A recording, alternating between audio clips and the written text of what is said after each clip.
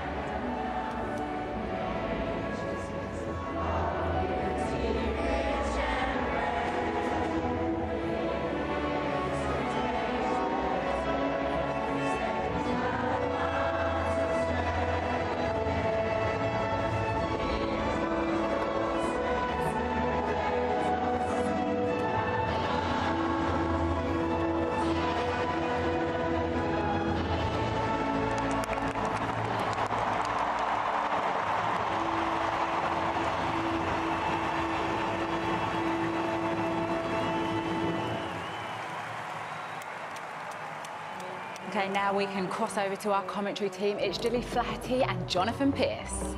Thanks very much, Alex. Good morning, everyone. Australian history can be made today. A win for the Matildas would give them victories in their opening 2 group games for the first time ever and book that place in the knockout stage for the 5th tournament in the row. But in the way Nigeria, so obdurate against Canada and looking to avoid defeat in successive matches at a single World Cup for the first time ever. The hosts have only failed to score in one of their last 21 group matches. No country has ever failed to score in more games at a World Cup than Nigeria. They're ever present in the finals, but they're not successful in the finals if you go back over their history.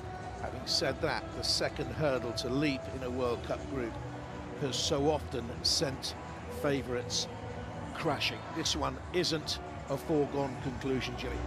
No, it isn't, and I think you're going to expect today it's going to be a physical game. Just looking at the other teams in this group with Canada and Ireland, the game yesterday, it seemed to be the shackles were off. You know, the first game nerves were done, and that's what you're expecting today as well. But I'm expecting a nice fiery game. 𝓳𝓸𝓷𝓲𝓷𝓰, the referee from Switzerland. The last time I commentated on her was England's victory over Norway at the European Championships. What a victory that was. Bucket full of goals. We've had 49 in this competition so far. Marco Fritz from Germany is in the VAR room. The goal tally is down on the last World Cup, but that of course included a massive win for the USA. Once again, Australia will look to get the fullbacks, Kathleen Carpenter high. Emily Van Egmond, who had a year at West Ham, starts for the first time at her 4th World Cup. The only change with Mary Fowler ruled out with concussion. Vine and Russo will play slightly higher than they did against Ireland. If they win, they're unlikely to risk Sam Kerr in the final group game because they'd already been through. Could be playing England in the next round if they win the group and England finish 2nd in theirs. They are favourites for this game, that's for sure. Nigeria keeper Ndozi's penalty save against Canada, the standout moment. Ashley Plumpton is in an unchanged defence. Ayinde starts her 3rd World Cup after missing the opener ban. That's timely actually, because Abiodun is banned here.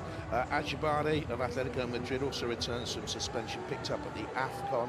She replaces Ortega. Oshuala's boots are filled by Uchenna Kanu, who plays in the States. And Oshuala left out by Randy Waldron. He says he's carefully managing the fitness of his star striker. Lose today, and that could be a pointless exercise, really. If they lose heavily today, then Australia and Canada can settle qualification with a draw in their final games. Nigeria have other goal-scoring threats. Onumanu there had a very good first half in their opening game. Faded rather in the second when they switched her to the right. I think she's starting on the right today. There's Steph Catley. Certainly one to watch here today, Steph Catley. Yeah, and I think she's been a great leader for Australia, obviously stepping up to take the penalty as well and take the armband with the absence of Sam Kerr. But Arsenal were without her for a few games this season, and you really notice the difference. So it's great to see her come back from her injury and obviously start and be captain in this World Cup. So we're nearly ready to go. The second game for the co-hosts at World Cup 2023. The Brisbane Stadium, Lang Park, the Cauldron. They call this the nickname because its atmosphere can be ferocious. And Nigeria in the dark green and the lighter green shorts get us off and underway against Australia in their familiar yellow and green. And he touched the ball for Blessing Demahin, who's on a yellow card. Ndozi with the penalty save against Sinclair makes a bit of a speciality of spot kick saves, and certainly they won't make a speciality of this game if they pass the ball as badly as that. Demahin. She's there again. It's another nervy touch. That is a nervy start for her. That's a corner kick. Yeah, it's not ideal in the way you start your game. Obviously, you want your first touch and your first pass to be quality. But what you're noticing as well is Van Egmond is really pushing up high when they're initially playing that. So sort of going from, let's say, the anchor or in the midfield up, pressing high and not allowing Nigeria to play out. Should be a threat at set pieces. Emily Van Egmond, 5'10", which is tall for the women's game. Wendy Renard, I think, is the tallest around at 6'2". There will be danger at set pieces. That's for certain. Courtney Vine in there on the goalkeeper.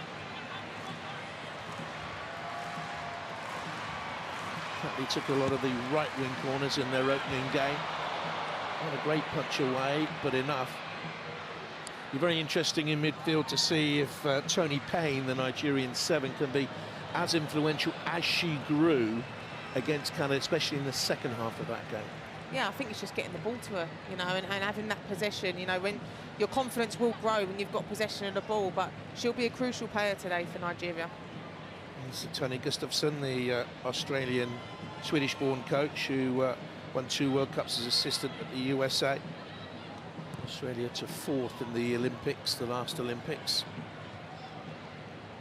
Claire Hunt has been filling in very well for experienced Polkinghorne, who was out with an injury, hasn't been fully fit for the start of this tournament.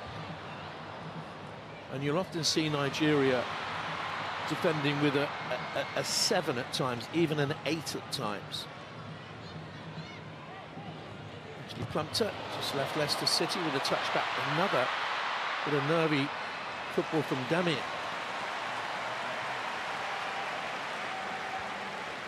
Australia pressing hard.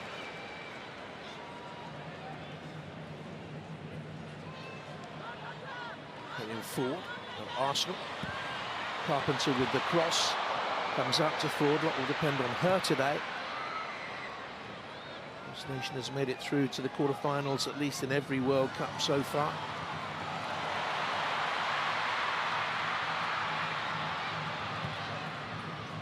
Fine. Now watch out for 𝓳𝓸𝓲𝓷𝓲𝓷𝓰 on the ball here now. She was terrific in their opening game against an effervescent player. Tigrish gets around the pitch, covers a lot of ground. She's been an ever-present for them over the last 12 months. Looking in there for 𝓳𝓸𝓲𝓷𝓲𝓷𝓰. All Australia so far. Yeah, I mean, and I think what you're noticing is, like I said about Emily Van Egmond, they've really pushed her high. So whether that be because a cross is coming in the box, she's more of an aerial presence for them. Expecting her to play the deeper role, but that's not happened. Now, here come Nigeria on the counter. In towards 𝓳𝓸𝓲𝓷𝓲𝓷𝓰. One in the more central role, it would seem, at the moment. The ball was carried long for them by 𝓳𝓱𝓪𝓷𝓴𝓼, who started on the right-hand side. She was one of the players sent off in the African Cup of Nations last year, which acted as a qualifier for this tournament. They finished fourth. It was their lowest ever finish. She was sent off in the semi-final against Cameroon. It's that game on spot kicks. Steered away at the back by Alana Kennedy. Well known to Tottenham and Manchester City fans, of course. Ayinde with the tinted hair there, wearing 18. Another two players back from suspension. 𝓳𝓸𝓲𝓷𝓲𝓷𝓰. It's interesting that she has gone through the middle. I think that's relieved a little bit of pressure off this player, Shena Kanu. They're big boots to fill 𝓳𝓱𝓪𝓷𝓲𝓷𝓰's boots. Yeah, I mean, I've played against 𝓳𝓱𝓪𝓷𝓲𝓷𝓰, you know, she's got a lot of pace, and to not have her in a team, it sort of changes the way you play as well, because of the outlet that she does provide for Nigeria. But I mean, they're going to be hoping that they can get a result today and that she can feature in the next game, because she's a big miss for them. Randy Waldron, coach of Nigeria since October 2020. Their 14th coach in 20 years. He's a Texas man. Combines his work here with Nigeria with his college job back in the States. Challenged by Catley. Player of the Year in England in 2020. Very good player.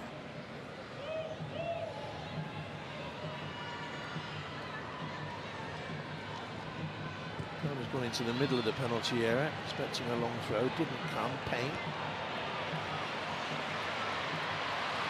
And they're carried to a yellow shirt.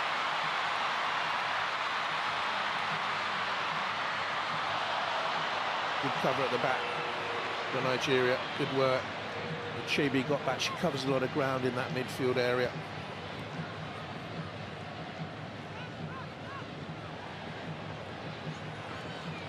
It was hard for Ford there because she picked the ball up and she had 5 Nigerian players around her, and the rest of the Australian team were behind her, so it was a bit difficult for her to really do anything. I think she was trying maybe to potentially win a free kick, but the Nigerian players defended really well. Kennedy.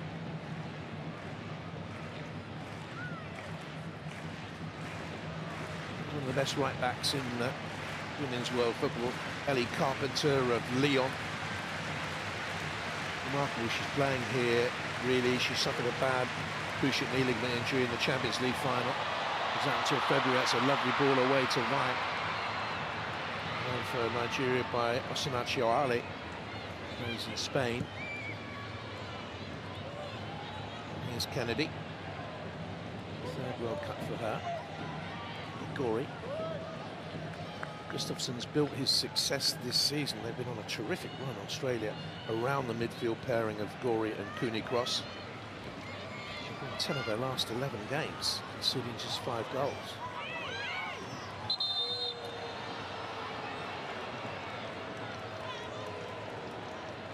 They're not spectacular at what they do, but they are effective at what they do.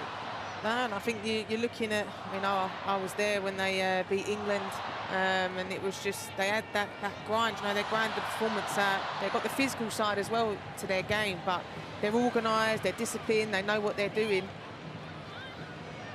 One of the biggest sides here, one of the tallest sides, and they have had 5 wins against sides ranked in the top 13 in the world in this last calendar year, including that victory against England. Sweden, Spain, Denmark, France. Up to with the throw. Here's them in. 𝓳𝓸𝓲𝓷𝓲𝓷𝓰, 4th World Cup, very experienced. On the bench they have 𝓳𝓸𝓲𝓷𝓲𝓷𝓰. If she comes on, she'll be the 2nd oldest ever in this World Cup. They've only won 2 of their last 18 World Cup matches. And Manu through the middle. Carpenter is there to cover.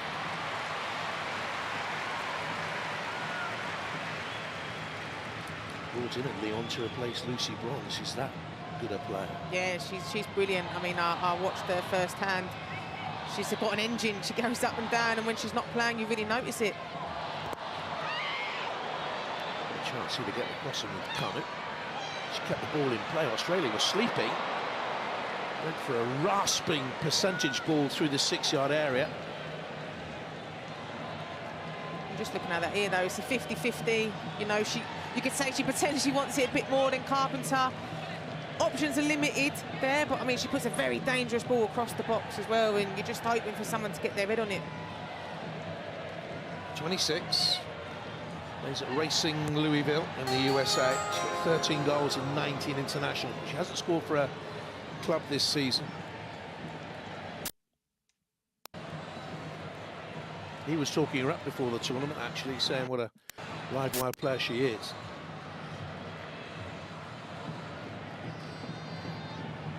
𝓳𝓸𝓲𝓷𝓲𝓷𝓰 with the throw.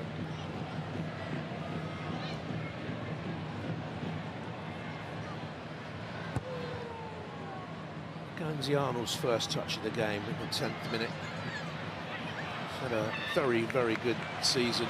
She was sort of in the wilderness internationally, but she's been a regular this campaign. Back into the side earlier on this year. There's Carpenter, and they're giving her too much freedom. 𝓳𝓸𝓲𝓷𝓲𝓷𝓰 away. Here's Gorry. Back in the game last year after 2 years out. Having had baby Harper.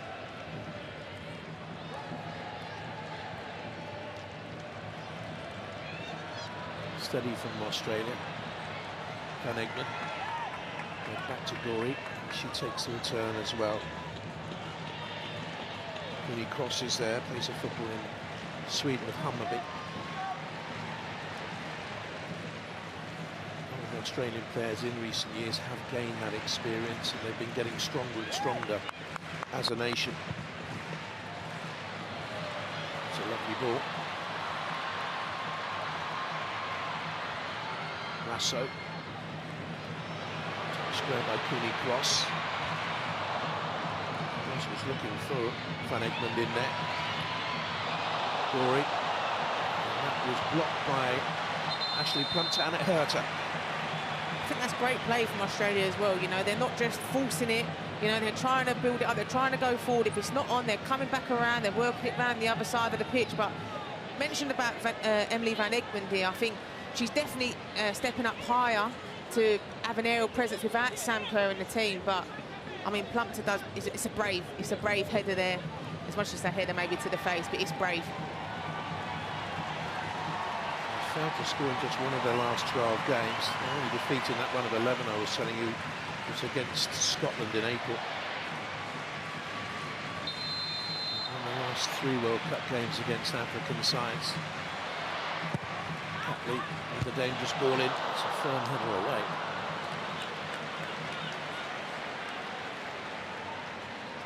Terrific defensive clearance away by 𝓳𝓸𝓲𝓷𝓲𝓷𝓰, I think it was.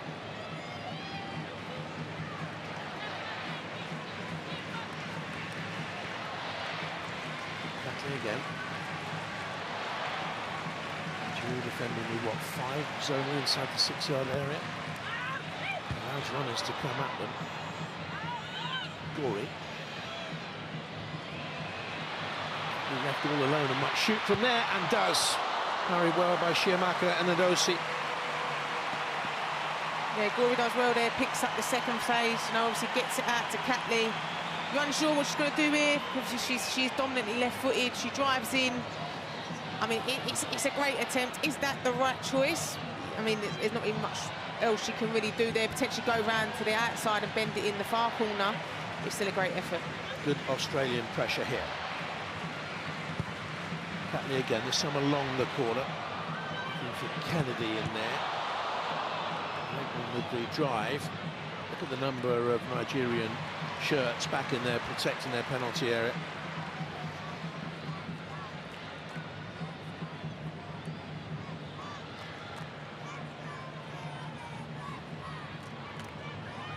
As I heard earlier, no team has lost more matches in the World Cup finals, conceded more goals or failed to score in more games than Nigeria.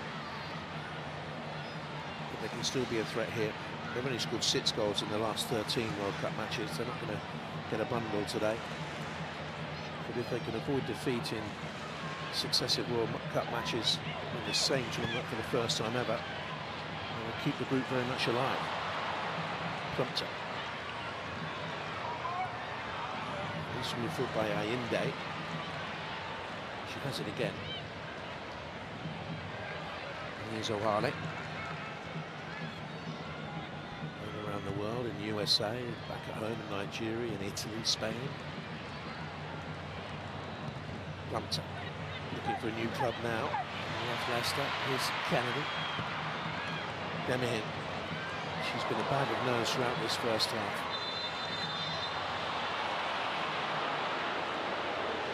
Free kick given for the challenge on 𝓳𝓸𝓲𝓷𝓲𝓷𝓰. Yeah, Deming's not started that brightly in this game. Like I said, obviously the first touch of the ball when it skims out for a corner, it's not ideal start, but she just needs to get ahead, you know, keep her composure and get settled. 𝓳𝓸𝓲𝓷𝓲𝓷𝓰 could be a goal threat. She was the Golden Boot winner at the African Cup of Nations last summer. It's Ayinde. 𝓳𝓸𝓲𝓷𝓲𝓷𝓰 got forward very well in the opening game. Payne gives chase, and that's going to be a kick for Nigeria. I think Payne's looking really dangerous as well. She's coming a little bit deeper, dropping a little bit deeper to get on the ball, and she's able then to face up and do something. It is throwing me off a little bit with her one black boot, one white boot. So I can't imagine how the Australian players feel about that as well. Talk about Australia's goal-scoring strength. They've only kept 1 clean sheet in their last 6 World Cup games. That was a victory over the Irish. And played very well. So unlucky to go out. Given so much to this tournament already. Quarter of an hour played. Australia again, plenty of defenders. Zonal marking. And they're not really giving the goalkeeper a great deal of protection in there. She had to come through a thick of players and didn't really get there. Skewed back into the box initially by 𝓳𝓸𝓲𝓷𝓲𝓷𝓰. The danger is still there though. Actually lifted deep, happy with the clearance.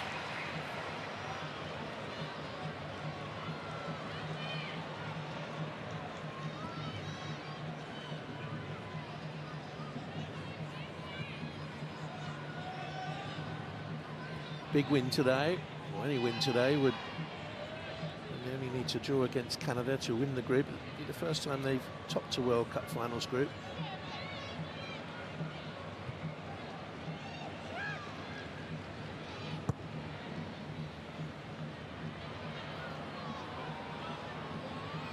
Take that by 𝓳𝓸𝓲𝓷𝓲𝓷𝓰. Gory in with the challenge. There's Payne. Who's over on the left-hand side. Chance here for Nigeria. Oh, how unfortunate. That's a fantastic ball by Payne there. You'd notice with Ellie Carpenter, she's just come inside a little bit, which then opens up the space on the outside. But it's a fantastic defence-splitting ball by Payne. She came on in the first game for 𝓳𝓸𝓲𝓷𝓲𝓷𝓰 gave away the penalty kick and he's dropped to the bench today, Francisca 𝓳𝓸𝓲𝓷𝓲. She had a quarter of an hour or so, Kārnu. One of the many players who learnt their football in the collegiate system in the USA. She was at Southeastern University in Florida. She's scored 157 goals there in 78 games. That's why they think she has potential. Incredible. There's Gory. Van Egmond. Won the first challenge. Again, 7 players back defensively, given away by Payne. Vine. Ford. Went for goal.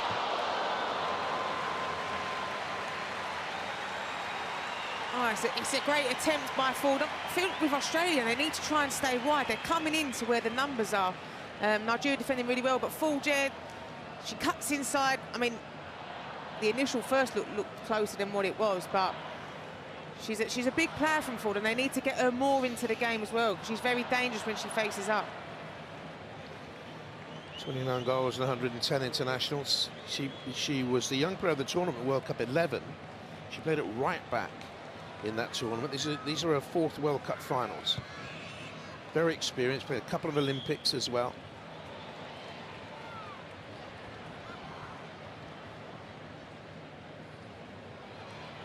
Gory.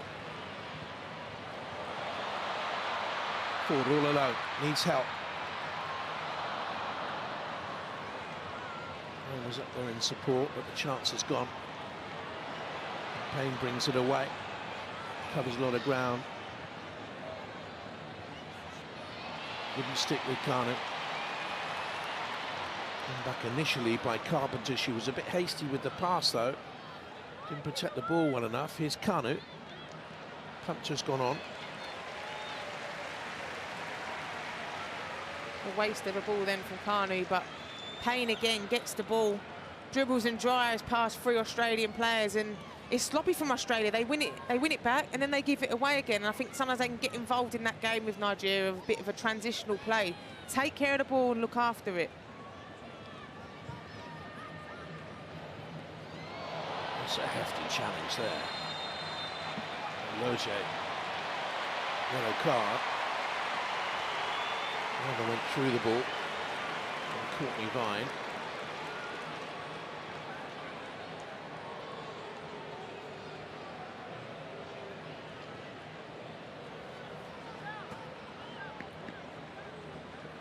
I think she can complain. She's a regular in the side now. She originally was sort of stand-in right back, really. Yeah, it wasn't quite as bad as I first thought. Yeah, I think on the initial, it looked like it was a very late challenge, but I think she's just stretching to get the ball. It skims away, it bounced off the surface, but it didn't seem like initially that she caught much of her, but I think maybe it was the landing that had the impact. Loje is the player you heard Alex talk about before the game. She comes from Apple Valley in California. She's regular now. She's played, what, 12 of their last 15 games, but she's the player who, when she's not training, works at a Texas Children's Hospital on cardiac cancer research, pediatric cancer research, I should say.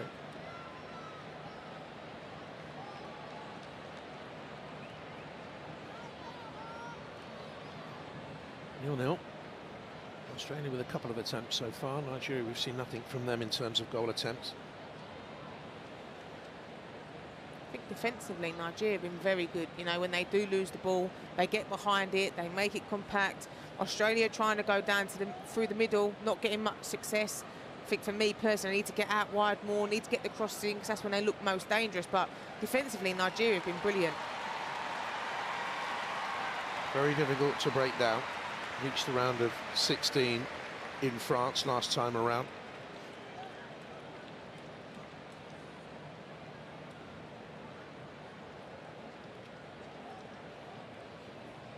These are making sure she's.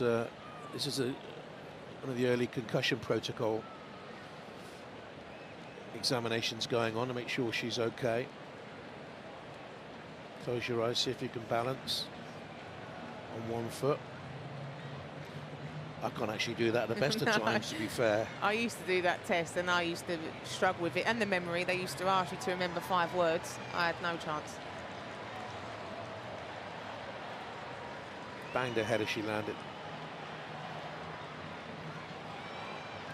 FIFA do have concussion spotters watching the games, and they will inform the referee through the medical people in the ground. The players looking as if they might have concussion, therefore you need to examine. And if a player has failed that test, they have to go off the field of play. And Australia have their own Football Australia graduated return to play protocol, which is why 𝓣𝓱𝓪𝓷𝓲𝓷𝓰 and 𝓳𝓸𝓲𝓷𝓲𝓷𝓰 aren't available for this game, because they picked up concussion on Tuesday in training, in what the coach described as a very intensive training session. So it wasn't abnormal, abnormally intense. 8v8 training game it was. He just said they were a bit unlucky. 23 minutes gone, just past the halfway mark then. This is dangerous all the way through. She's trying to head the ball square offside, wouldn't have counted anyway. Plenty of thought. Seemed to come straight off the training ground, you know, and I'm sitting here edging her to head it back across the box, but obviously Nigeria, they drop their line. It's all over the place, and obviously then they initially do step up to catch her offside, but I'm not too sure the Nigerian players are really aware of where the Australian players are. 𝓳𝓸𝓲𝓷𝓲𝓷𝓰 is assistant referee on this near side, and you know, a lot you hear a lot of players saying, oh, I wish former players could get involved in being an official. She was a midfield player in a day. Here's 𝓳𝓸𝓲𝓷𝓲𝓷𝓰.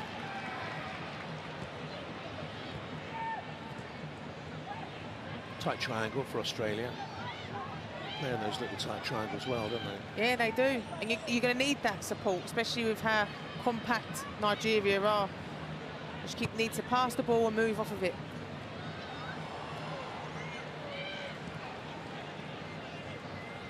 No goals. Nigeria have the record for failing to score in successive games.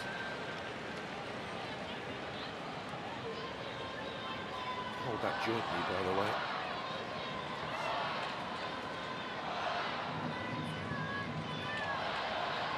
Win today for Australia sees them through. The game is against Canada, of course, in Melbourne.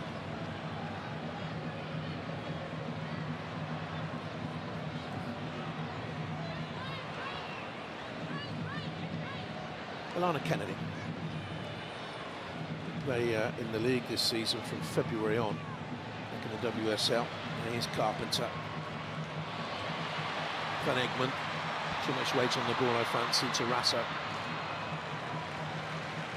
That's what Australia need to do, though, you know, the one-touch pass. You've got to move Nigeria. When they're in the block like that, you need to move them. And I know it is difficult, because Australia will get more and more frustrated with it, but eventually one of the Nigerian players are going to step out and the space is going to open up then. Only a 20th cap for 𝓳𝓸𝓲𝓷𝓲𝓷𝓰 in goal.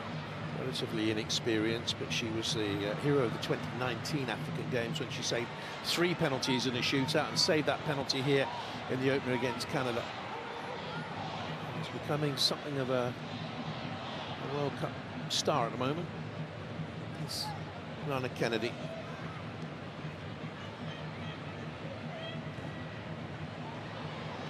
Lovely ball. 𝓳𝓸𝓲𝓷𝓲𝓷𝓰 just moved to Real Madrid from Manchester City. Dangerous ball in, looking for getting him forward again, up from the back, straight ball from the defence. 𝓳𝓸𝓲𝓷𝓲𝓷𝓰 cross with it.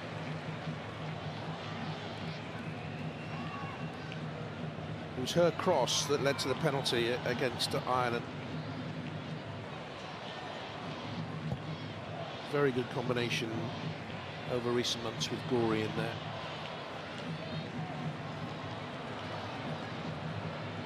Kanu. Not the best of passes, with 𝓳𝓸𝓲𝓷𝓲𝓷𝓰 ready to pounce. Van Egmond. There is 𝓳𝓸𝓲𝓷𝓲𝓷𝓰 and Ford. Nigeria getting players back very quickly in the middle. It's a feature of them here at this World Cup. Look at the number of black shirts back in there. Yeah, they're making it hard for Australia, defending really well. Black and neon green, the official name of the Nigerian kit, by the way, if you're interested. It's going to be a corner kick. I think it's their 5th of the game so far.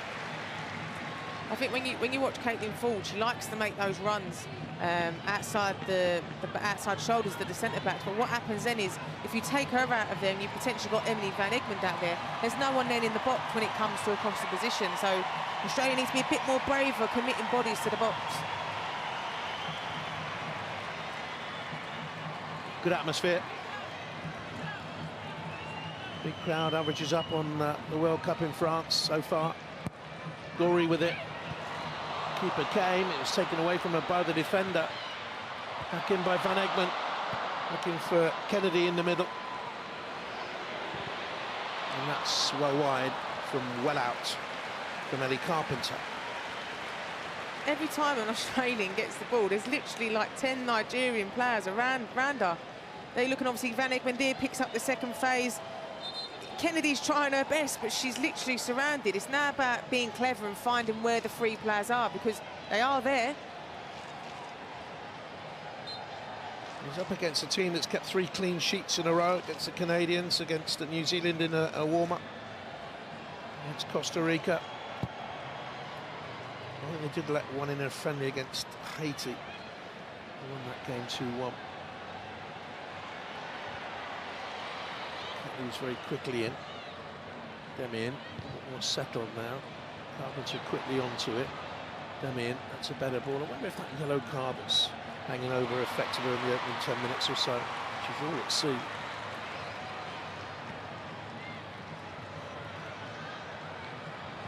Karakuni cross. Lovely ball. Lasso to take on Plumpton. Deflected off the former Leicester player. You're looking then even with 𝓳𝓲𝓷𝓲𝓷𝓰, she gets the ball, she faces up.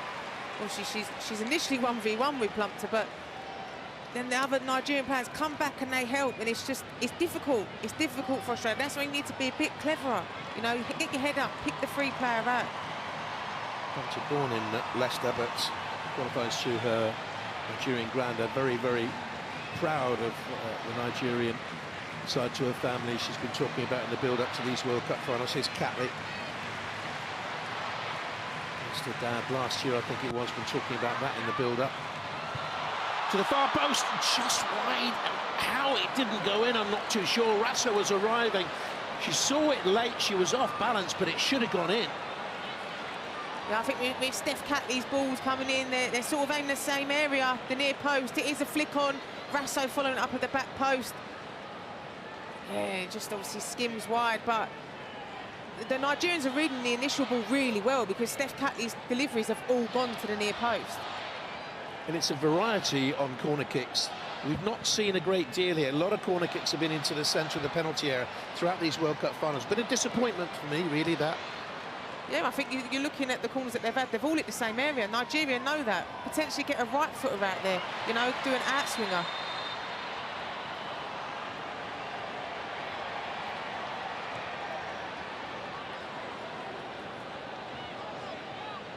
Not weighs on her shoulders today. 12 goals for Arsenal in this past season. Here's Cooney cross. Fine. Van Egmond. Untidy pass.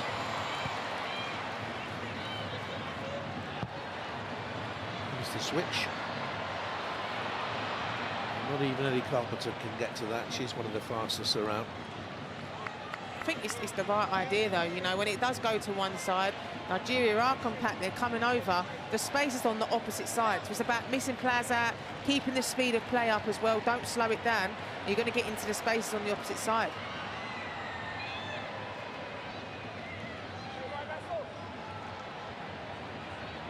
Nigeria have 32% of possession against Canada. A little bit more today, 37% so far in the opening 32 minutes. No goals. The host nation has lost just 2 of the last 23 World Cup group matches. And one of the last 13, that was New Zealand the other day. And they huffed and puffed, but couldn't net. Kennedy brings it out. Here's Courtney Vine. There's a football in Australia at Sydney. Cooney cross. Finds down the line if Catley can find her. Loge's kept her quiet so far on that left.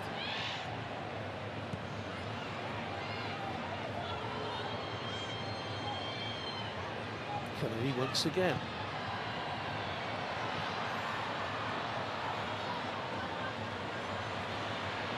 Kept in play. 𝓳𝓸𝓷𝓷𝓷𝓷𝓰 back defending. He nearly gave it away. Here's Ayinde. Kanu. Another thing we're not really seeing here, Gillian, in these World Cup finals too often, or often enough. Brazil did it, they got players in behind. Not enough players are running in behind, getting in behind. Everything's in front of defences. Yeah, and especially when you're coming up against a team that are compact, that are defensively disciplined, you need to move them. So whether that third player run, you might not necessarily get the ball, but if you're going to move a marker, it's going to open up space for someone else to check into. Goals. Nigeria failing to score in 10 of their last 13 World Cup games. 𝓳𝓸𝓲𝓷𝓲𝓷𝓰. Australia dominant in possession. She forces the corner kick there. Just noticing in possession as well, Ellie Carpenter, when the ball's on the left-hand side, she's really coming in when Australia are in possession. Get out, come out, make the space bigger, and potentially go 2v1 with 𝓳𝓲𝓷𝓲𝓷𝓰 as well. Carney back defending, conceded that corner, she's in the middle now. Catley with the corner kick as always on this near side. Vice captain of Australia took over the captaincy in the absence of Kerr. As he eased away there by Ayinde. Well wide by Catley. Shots like that show they're getting a wee bit frustrated. Yeah, massively. I think obviously initially they changed it because obviously the near post balls wasn't happening again, but it's just a snatched effort. It is frustration, you know, because they are struggling to break Nigeria down, but that's about being clever. Is that the right pass? Is that the right decision? We're talking about having to move the ball quickly in the build-up to this because Nigeria can be physical in a one-on-one confrontation. They were at times against Canada. Are they moving the ball quickly enough? Is their tempo as high as Gustafsson wanted? I'd potentially like it a bit higher. I think missing players out as well, but you know, sometimes you are on the ball and there's nothing there, but sometimes you stay on the ball and it don't change the picture. So movement off the ball has to be better, but also just moving it, even if it's a little bounce pass, you're going to be moving players around you. A little bit late. Challenged by Gori. Right to tackle, Katrina Gori. Super against Ireland.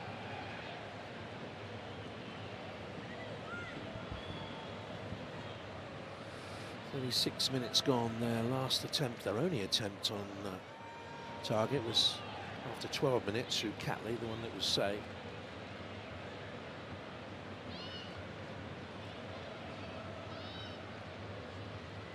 They only had 2 attempts on target against the Irish. One of those was a penalty. Not creating a great deal. Here's Payne. Ayinde. Lasso will bring it out. That's a familiar yellow ribbon in her hair. Taken on here by Ford. Support arriving in the middle. Head down, didn't see the support. Battles on though. Did enough for the corner. I'm just sitting here wanting her to just get her head up. You see Ellie Carpenter, she's free at the back post, you know, she's bombed it forward. She's seen Ford's got the ball. There's so much space opens up for her, but Ford was tunnel vision, you know, head down. She was surrounded by players, but if she could have got it open to Ellie Carpenter, she was open. Loving the Australian flag tattoo. I think it's temporary on the man's forehead. Be a good look for you, that, Gilly, I think. Yeah. I'll try and sort it. 8 minutes to go.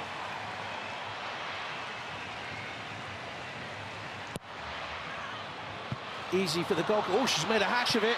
Forward, first one blocked, second one scuffed. Look at the number of Nigerians in there. Swamping the area. And over in the end by Van Egmond. Nigeria, they're defending so well. They get so many bodies around the ball, which is made it so difficult for Australia. But obviously, again, the corner comes in, the keeper punched it, not really convincing, to be honest. Punched it down to Ford. I don't know whether Emily Van Egmond was potentially the better choice, but, you know, she sees the goal, she's a forward. She sees the goal, her eyes light up. She's going to take that chance herself. And obviously then Emily Van Egmond with the final shot. Frustration, hitting it straight over the bar. I'm used to seeing her in a more defensive role at her 14 clubs, Van Egmond, but she has got 30 international goals. Currently at San Diego Wave. She was at the Orlando club in Women's League in North America. Tucked out wide by Caitlin Ford, looking for Vine. A little bit untidy with the pass, but it comes through to Ayinde. Here's 𝓳𝓸𝓲𝓷𝓲𝓷𝓰, who's come to the left now, and she switched with Kanu. Decent fullback play there. Plumped fouled by Rasa.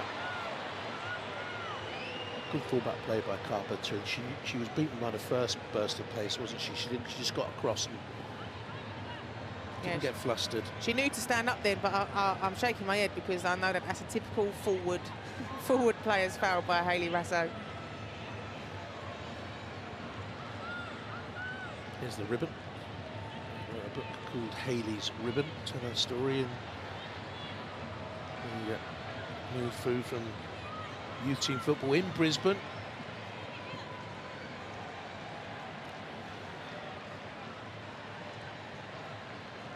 Two in the wall. Payne takes most of the set pieces for Nigeria. Could she create a real World Cup stir here? Tony Payne with that free kick, should be dealt with. Hit from the edge of the penalty. Goodness me, the rebound of Ashley Plumpton wasn't too far wide. The original shot was by 𝓳𝓸𝓲𝓷𝓲𝓷𝓰, who doesn't score goals, by the way. But it nearly went in. Yeah, I think Mackenzie Arnold's breathing a sigh of relief there. It's one of those ones, she's seen the initial shot, she's gone that way, plumped up, sticks a leg out, nearly directs it in the opposite corner.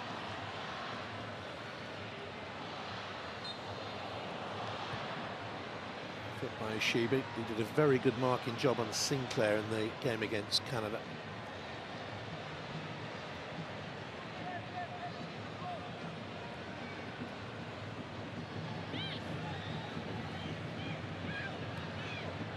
Four host nations have failed to win their second match of the World Cup, including New Zealand this year.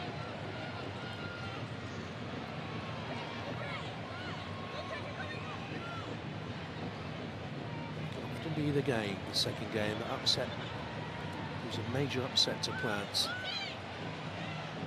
Can end dreams totally. Here's Gorey. Dispossessed. She needed help in there, really. 𝓳𝓸𝓲𝓷𝓲𝓷𝓰.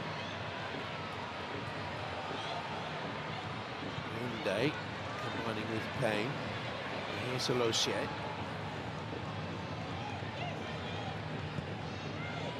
Might have been going for a deflection then in the corner, cleared away anyway by Alana Kennedy. 3.5 to go. Be a bit of stoppage time. We've had one or two games going 6, 7, 8 minutes, but they're more wary about time wasting, having seen the games in Qatar, the Men's World Cup, go on all night practically. Here's Plumpton.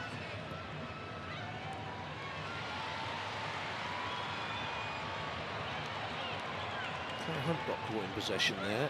Who's covering for her then? Carpenter's gone into the middle. That's left a gap in behind her, but she got the blocking. And immediately off and running. Nigeria doing well here when they've not got possession. They're really doing a high press on Australia rather than sitting off, in which we have seen for most of the game. Very energetic side. And as the tournament goes on, games in quick succession, can they keep up this level of intensity? They did against Canada. I think you noticed that in yesterday's game with Ireland and Canada. Ireland against Australia, they sort of waited for the last 15-20 minutes before they started going. They started initially against Canada with a high press, and then by the 50th, 60th minute, they died down. They got tired, which is natural, especially with the weather and the pitches of how they've been. You can't do that the whole game. It's about knowing the right time to do it. Australia 49% of possession so far.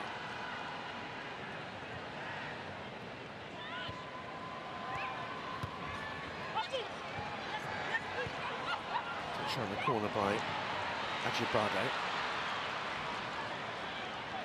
𝓳𝓸𝓲𝓷𝓲𝓷𝓰.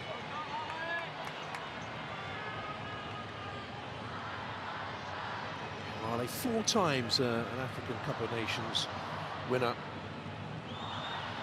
The most successful of all the African nations. Came into this ranked 40th in the world.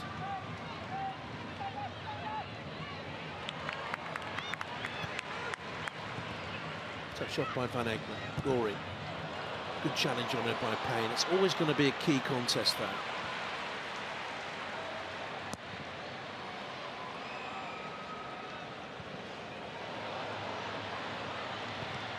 So got caught late. Referee might come back on that. She has. It's a good decision because it didn't come in the end to Australia.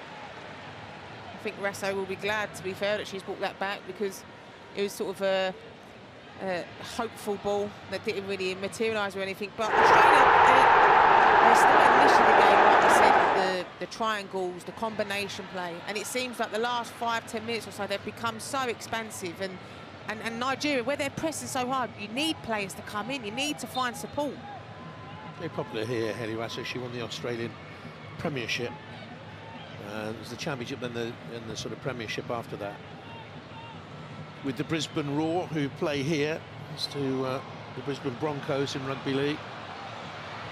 And the State of Origin side, Queensland Maroons. And the Matildas have played here as well, international football.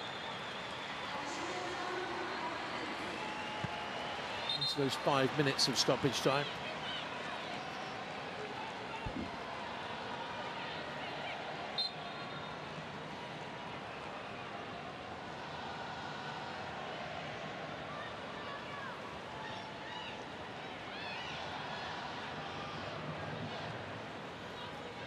This will be a bad time to concede after all the work they've done. No joy so far for 𝓳𝓸𝓷𝓲𝓷𝓲𝓷𝓰. Frustration for him. Yeah, I think Nigeria will be going in the happier team. Ford. Van Egmond, 1-0.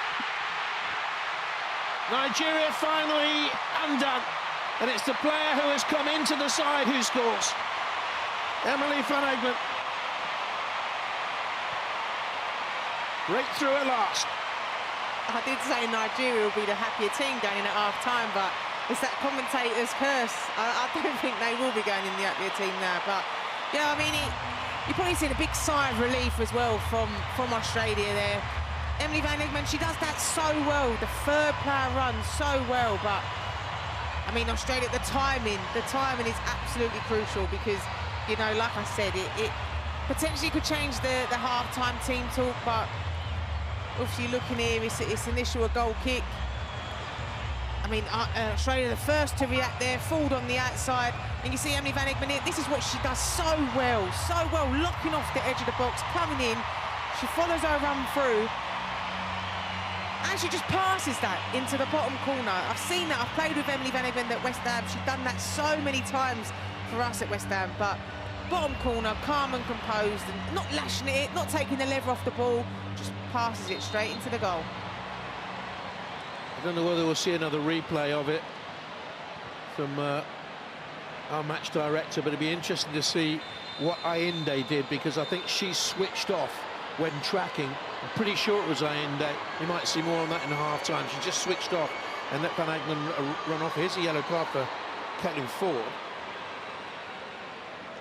I think even if you're looking at the initial goal kick, Gory's there, no one's around her. You know, she's got free time on the ball to win that ball. Nobody's challenging her at all, and that's where it comes from.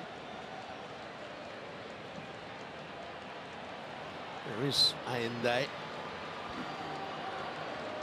Fair old clout of a challenge, that.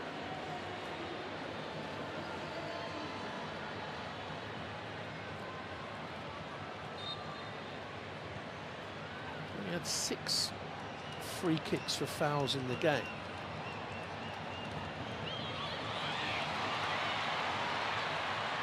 It was Cooney crossing with a slightly challenge. She's left something in then on Ayinde. That's a good turn by Payne, good player. Really impressive at these finals. Kennedy's just stepped out for Australia. Now Gory, 1 or 2 challenges going in, a little bit naughty, a little bit late.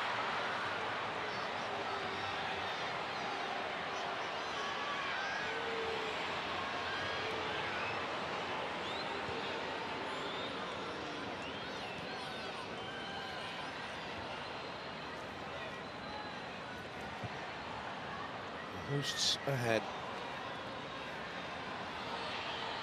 They've got a decent record in the World Cup games when they have taken the lead. Can they hold on to it?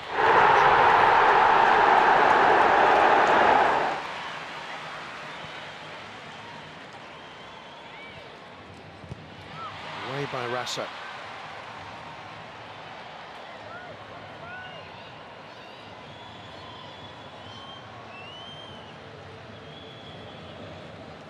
𝓳𝓸𝓲𝓷𝓲𝓷𝓰 for Nigeria. Just a wasteful opportunity there. You know, Australia are set in behind the ball. Just keep the ball. You know, keep working it round. Coming from one side to the other side. Do a couple of bounce passes, but just forcing it there. Just giving it the ball straight back to Australia. Nigeria have never won a World Cup game, having conceded the first goal. Lost all 18. Lost 18 of 21, I should say, when they conceded first. They drew 3. And at half-time, they will go in trailing.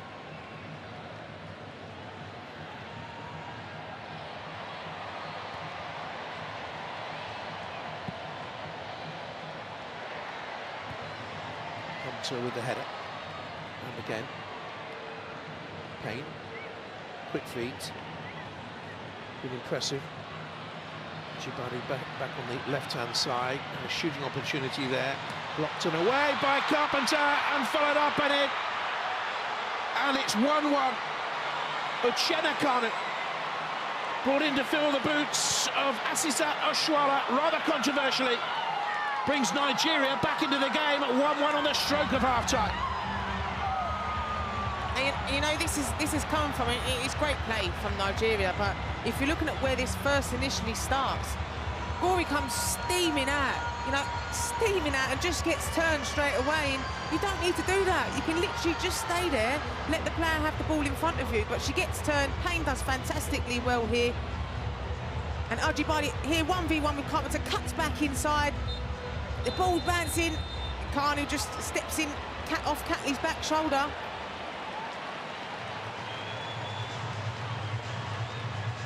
It's a smart finish. I'm not sure Mackenzie Arnold could have done much. I don't know how much you see of that, but it's a very smart finish. Kennedy got caught under the ball with the deflection through.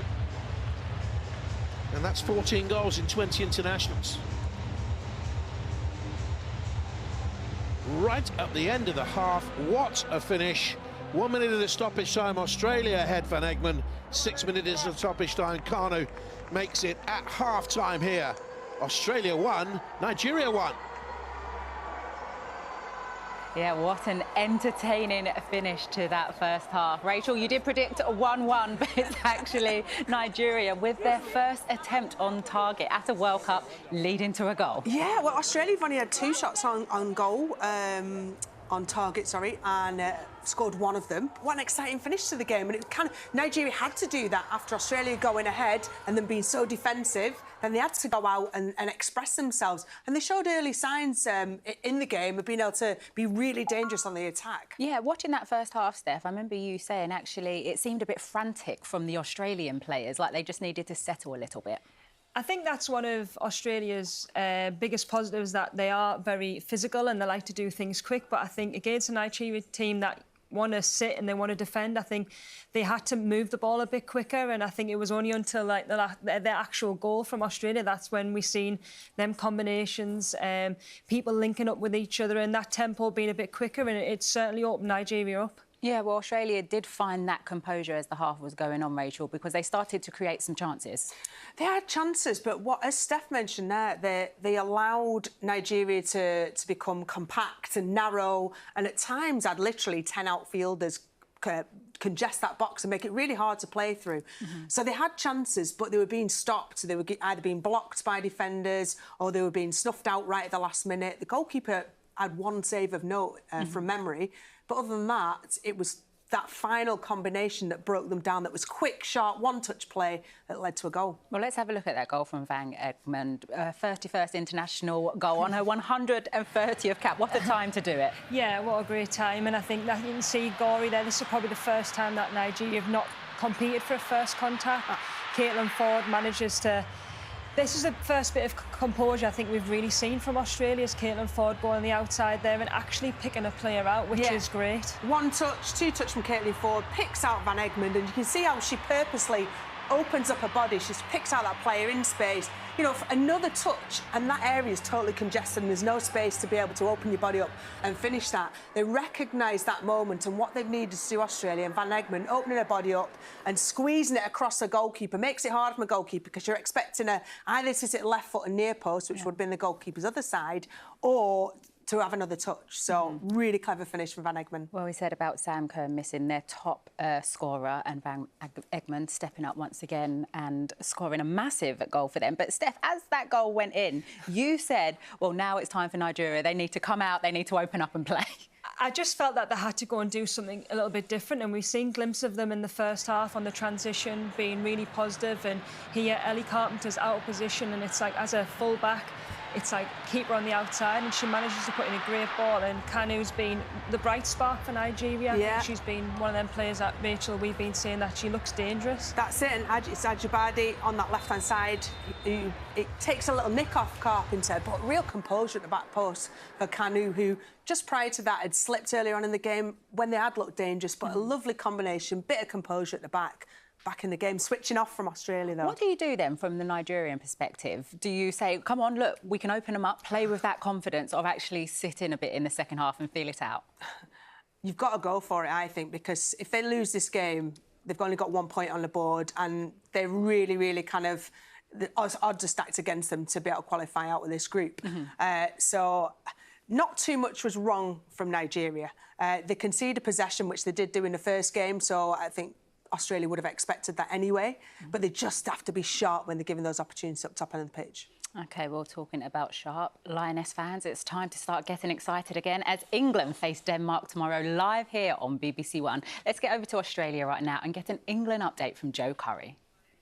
Well, it was a relaxed atmosphere as Sarina Wiegman and Lucy Bronze faced the media just over 24 hours before they played Denmark here in Sydney, a match which is expected to be their toughest of Group D. There was a lot of talk of ruthlessness, or perhaps England's lack of it in their opening game. We also heard from the Danish captain Pernille Harder, of course, a familiar face with Chelsea over the last few seasons. Well, after their press conferences, we caught up with all three of them. Apart from scoring goals, what else have you asked to see from your team tomorrow that perhaps we didn't see against Haiti? Yeah, we want to get in our rhythm, and that's what we showed a couple of times in that Haiti game, but we want more of that. So we said we want to keep the ball at moments. We really are in the build-up. Then we want to create chances. We want to be, of course, that starts with being on the ball and staying on the ball and create chances and score goals.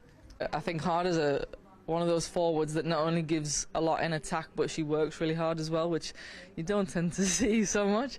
And obviously she's been regarded as one of the best players in the world for a number of years. She's been a player that I've really enjoyed watching as well as playing against. I think she brings a lot to the Danish team. She brings a lot to any team she plays in. But again, I think we've got a few players like that who can set the games alight with their quality and attack as well.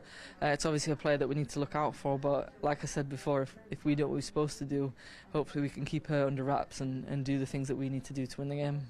Whoever wins tomorrow, if there is a winner, they'll go 6 points in the group, and that could be enough to secure a place in the last 16 with one game to go. What would that mean to do it with one match to go? Oh, of course, that would be nice. It would be amazing if we could do that. We know it will be a difficult game against England, but of course we'll go out and do everything we can do to make it difficult for England and maybe also something good for us. Well, the Danish coach 𝓳𝓸𝓷𝓲𝓷𝓲𝓷𝓰 described his side as big underdogs tomorrow and England as a football superpower. A bit of posturing, perhaps, but what we do know is that if we have a winner tomorrow, that side will move on to 6 points in Group D, and that could be enough to qualify for the last 16 and with a game to spare. Thank you, Joe. I'm just going to throw it out there as that was going. You was looking at Joe's coat and saying it's Sarina Wiegman. It's having the Gareth Southgate effect. It's catching on. I'm getting on. Listening to Sarina right there, she spoke about the importance of rhythm. How do the England team find that? I think that was the biggest problem in the opening game against Haiti. It was stop-start. It felt tense. It felt like every player was playing with the weight of the world on their shoulders, which can happen in an opening game. We saw that against Austria in the start of the Euros. They have to play with rhythm, with flow, with feel, with a real kind of relaxed energy. Sounds like the polar opposites. It's not. It's knowing that you're a brilliant player, knowing that you're a brilliant team, and going out there and showing it.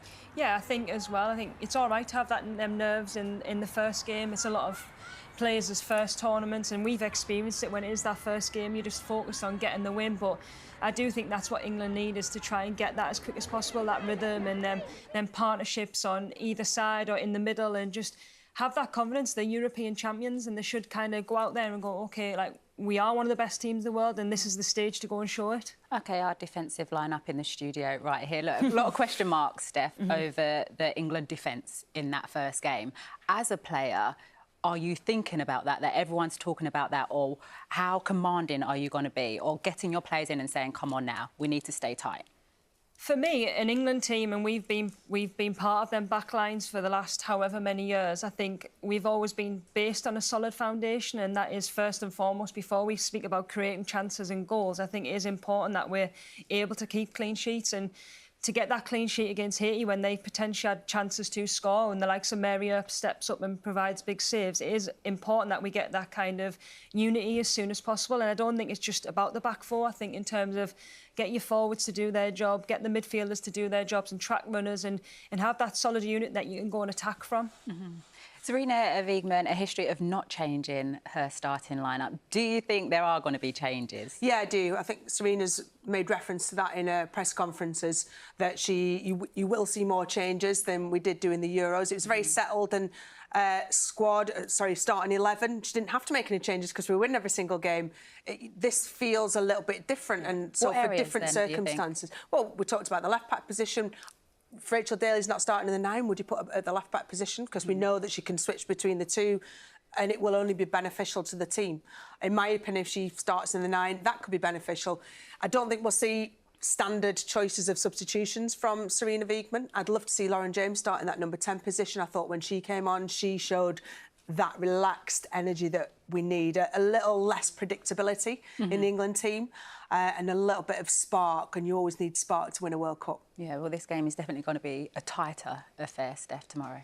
Yeah, and it was, we did the Denmark game the other day, and I think, for me, the body language from the Denmark players was massively positive in comparison to England players. Both the same result with a 1-0, but I think Denmark will be going to this game full of confidence. And as the game went on and 𝓲𝓷𝓲𝓷𝓲𝓷 was able to get on the ball and create problems because they brought an extra striker, that was the focal point.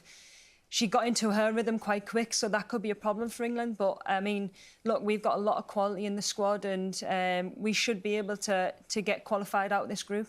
Okay, you've just made me sit on this chair, think about my body language. Now let me sit upright. Throughout the whole tournament, we are getting the thoughts of our fan reporters over in Australia. So here's an update from our England fan, Charlotte Wilkins.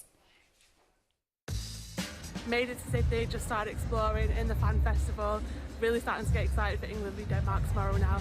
So Denmark haven't been in the Women's World Cup for a few years, so they're going to give everything to this game. There's quite a few players that play in the WSL, so we know the potential they've got. But I believe the Lionesses have got a stronger team, so come on England, let's get the win.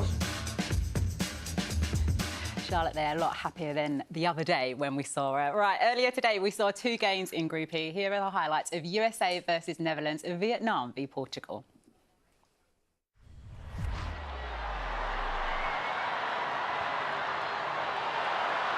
Palova, options, poked away by Dunn. Here's Giroud, a stunning finish. And having soaked up the early pressure, it is the Netherlands who have struck first in the game of the World Cup so far. Giroud makes it 1-0. Eventually the corner from Lavelle is a good one and has generated an equalising goal. And wouldn't you just know it, 𝓳𝓸𝓷𝓲𝓷𝓰 self-motivated on the end of the delivery to make it 1-1.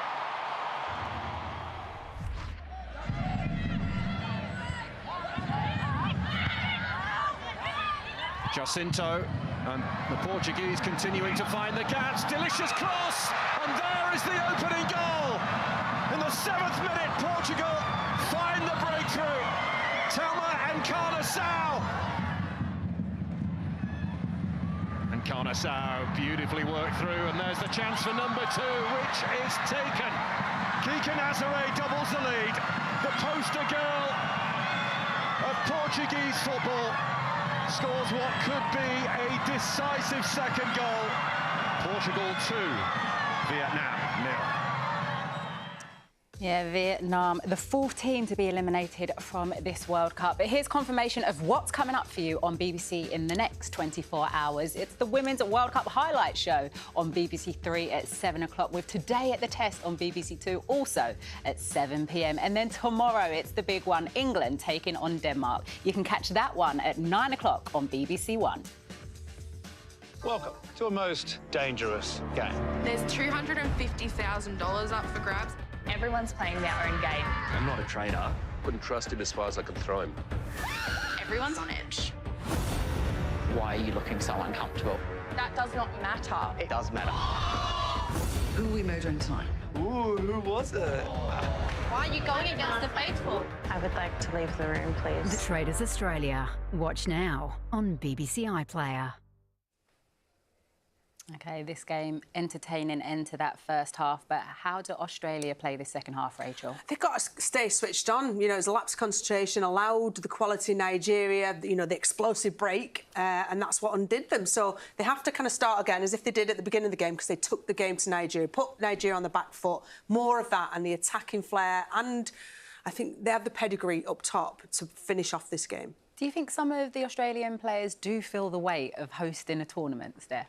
I think it would be only natural if you did. I think, to be honest, I think when you know that your team is hosting a World Cup, you want to impress and you want to do really well. And we've seen that with England last year. It's kind of like players do either thrive off it or they don't. And I think now, to get that goal and going 1-1, I think it's just important that they've got to try and show what they can do. How do the Super Falcons come into this half, Rachel, and have more attempts, be more creative? Yeah, they've got to, of course, they've got to set up their block to be hard to break down, because they were only undone by brilliant one-touch play in the final third from Australia. So I think they need to start a little bit higher, offer some support to Kanu up top. Whether they're going to bring on 𝓳𝓸𝓷𝓲𝓷𝓰, whether she's fit enough to come on, because she is there, you know, she's the golden girl, really, of this team. Barcelona striker.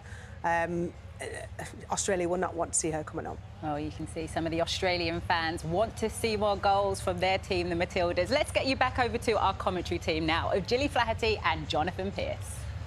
Thanks very much, Alex. Van Egmond scoring the 50th goal of these World Cup finals, putting Australia ahead, and Kanu scoring the first goal conceded by an Australian side in 6 hours and 3 minutes in Scotland's Nicola Doherty at Plough Lane, let's call it for old days' sake, back in April. 1-1 then it is, which is before we go on, having been privileged to be very close to the England camp from World Cup 15 onwards through the tournaments through to 2019, and knowing the influence that Steph had on that England group, I think it's a real shame she's not involved in these tournaments for England in some respect, because her influence on that dressing room and the players I saw at close hand was absolutely immense, and all the very best to her in the studio there today. I think she would have made a difference. Who's going to make a difference here in the second half as Australia get to kick us off and underway, Gilly? I'm interested to see how both teams set up. You know, I think obviously Nigeria defended fantastically in that first half. You take the goal away from it, the large part of the first half, they defended really well, but they had a lot of joy when they did go and press Australia. No sign of a half-time substitute. Australia in the yellow and green, kicking from right to left then, and they started off with the kick-off in the same way as they started off against the Irish, a real cavalry charge, banking up players on the right-hand side. Just like that day, it came to absolutely nothing. But here they have possession with 𝓳𝓸𝓲𝓷𝓲𝓷𝓰. A slower start to the second half. There's Claire Hunt. Remarkable that she's playing anyway. She out for 3 years with a cruciate knee ligament injury, then a shoulder had to be rebuilt, then she broke an ankle. Good start, Alana, brilliant. Here's Ford. Gorey. Pushed out by Carpenter. Rasso, a couple of yards of space off Plumpter to find Gorey. Rather thudded into Ayinde. This is what I was saying though in the first half, was Nigeria, eventually they will step out, which is what they're doing now. They're stepping out to the press. So Australian players have to be brave, get into the pockets. That's a rasping drive over. Gorey on the edge of the penalty area. Felt like there was a little bit of frustration released in that shot as well. I'm not too sure how far away the initial shot was. But it's doing something different, you know. I mean, it looks very close to me in that angle, but Nigeria might not be expecting that, you know. They might be expecting Australia to be more of the passing game and trying to break them down, but be brave, have a shot. Hosts being frustrated by a team playing in their 9th World Cup, one of only 7 sides to have featured at every tournament. They're more impressive than they were in France when they went out in that round of 16 game to Germany, and in Canada in 2015. And they were beaten by Australia, drew with Sweden, against the USA.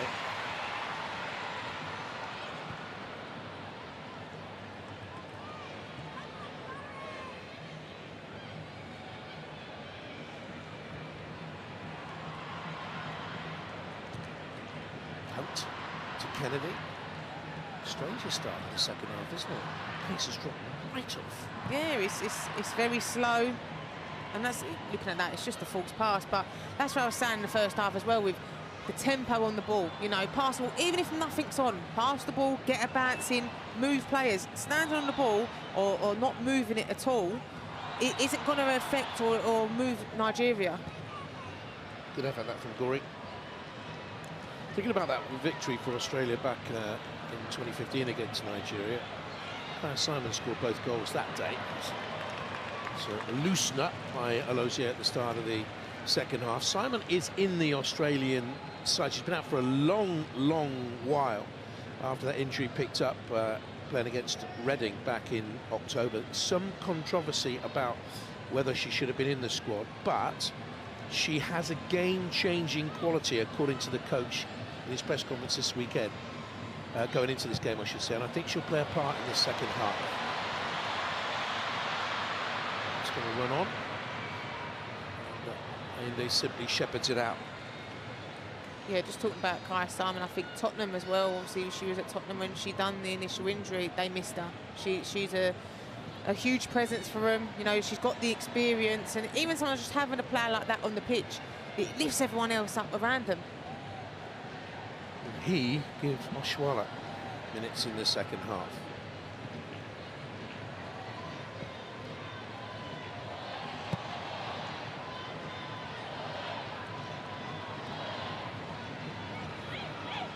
touch on here. Comes 𝓳𝓸𝓲𝓷𝓲𝓷𝓰. Romano's in the middle. Kanu's in there as well. She started the second half on the right-hand side again, switching with 𝓳𝓸𝓲𝓷𝓲𝓷𝓰. Here's Cattle. Fine, that's the greatest of balls in, but it comes through to Colin Ford. She's muscled it on. Van Egmond with the drive. Here's Allende. Allende holding in the deeper position. That's allowed 𝓳𝓸𝓲𝓷𝓲𝓷𝓰 to get forward a little bit more to her left-hand side. You can see them working there together. Payne is the most gifted, I think, of their midfield trio.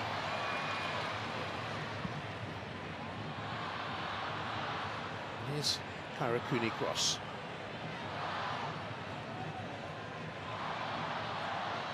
Kennedy.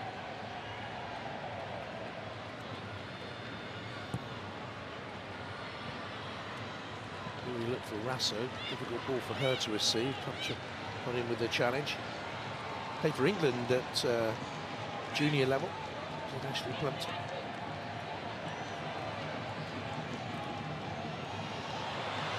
Ford, good strength on the turn. Did well to drive on and force the corner kick. Just deflected away off Allende, who's covered a lot of ground in that midfield area for Nigeria. Just hoping then for Caitlin Ford. Obviously, she beats the initial defender. She could just dink it, just get under it. There was space at the back post. Instead, she's gone for the driven option across. Wins the corner still for Australia. She's their 9th.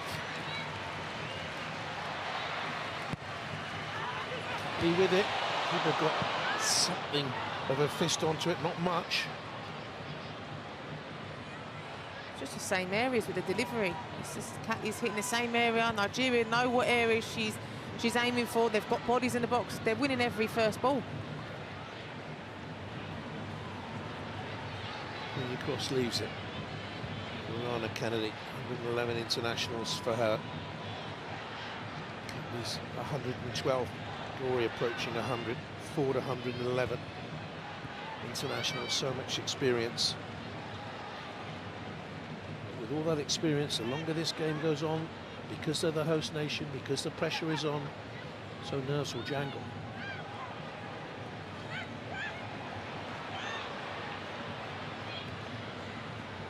Well, that wide by 𝓳𝓸𝓲𝓷𝓲𝓷𝓰.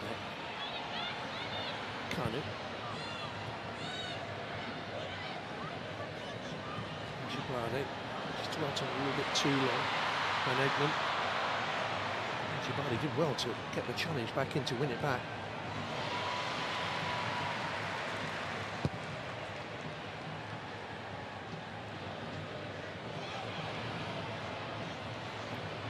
Glory. Kunikos. Down as a player. Then semi-pro. Chai.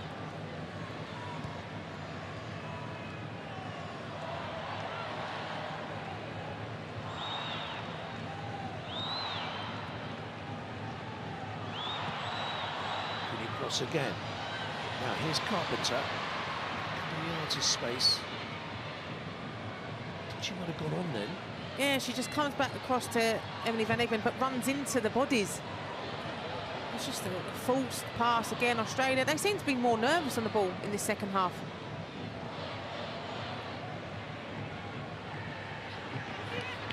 She's run away from Onomonu.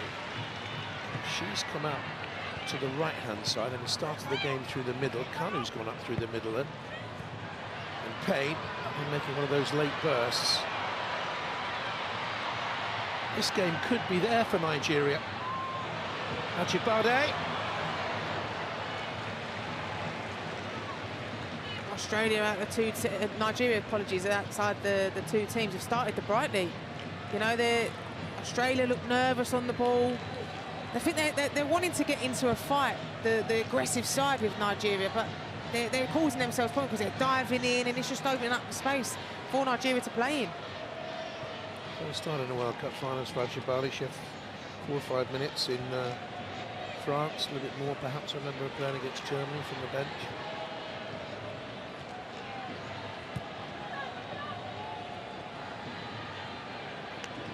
Hunt. Decent from Australia, very decent. Lasho turning away. Look at the covering though. Pace there to get back. But did she foul? Ayinde in getting back as 𝓳𝓱𝓪𝓷𝓲𝓷𝓲𝓷𝓰 going to be checked.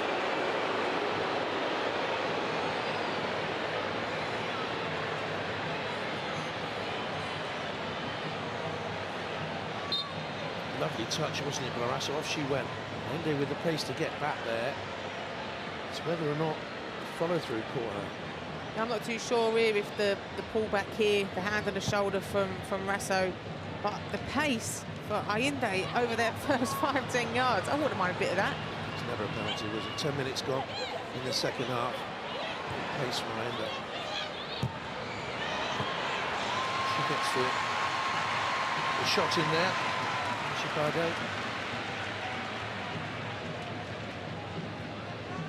Very emotional interview this week given by Mackenzie Arnold, who'd have known at West Ham. She was she said that she wears hearing aids, and she kept it quiet for a long time, and has, you know, acknowledged the fact, wants people to know about it. Yeah, she probably kept it quiet when she was at West Ham, so she didn't have to hear me shouting at her. But no, yeah, it's a brave interview to do, and she'll help so many people with that as well. In terrific form for Australia this year.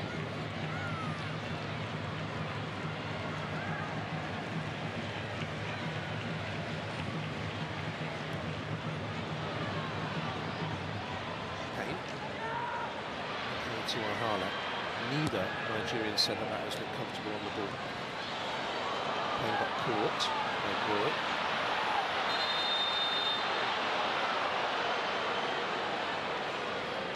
The reaction of the referee there was one of urgency.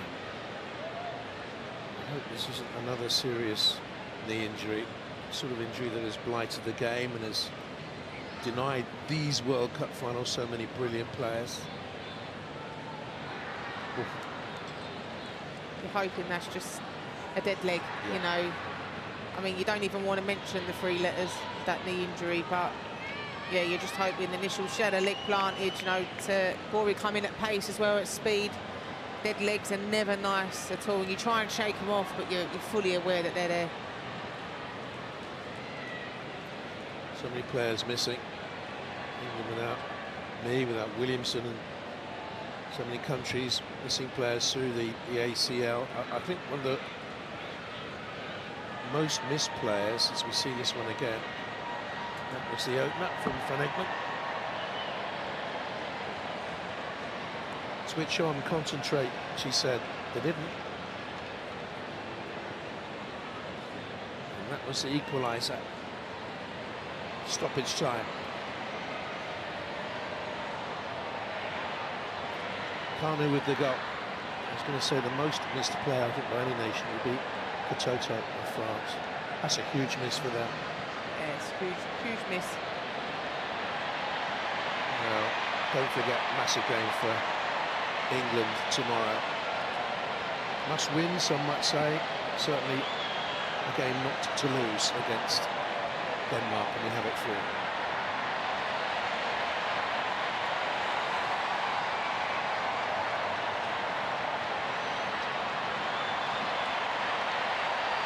She will be a huge miss for Nigeria. She's been outstanding in this tournament. Antoinette Tony Payne plays her football in Spain with 𝓳𝓸𝓲𝓷𝓲𝓷𝓰 from Birmingham in the USA. She played for them up to under 23 level. Struggling. She's dictated and controlled so much in the middle of the park for Nigeria today. She'll probably be hoping that she can run it off. The manager's reaction there, he didn't look too hopeful. Here's Ghori, bypasses her. Manu. Haven't seen a lot of her. She had 2 or 3 good attempts in the game against Canada. Started that game really well.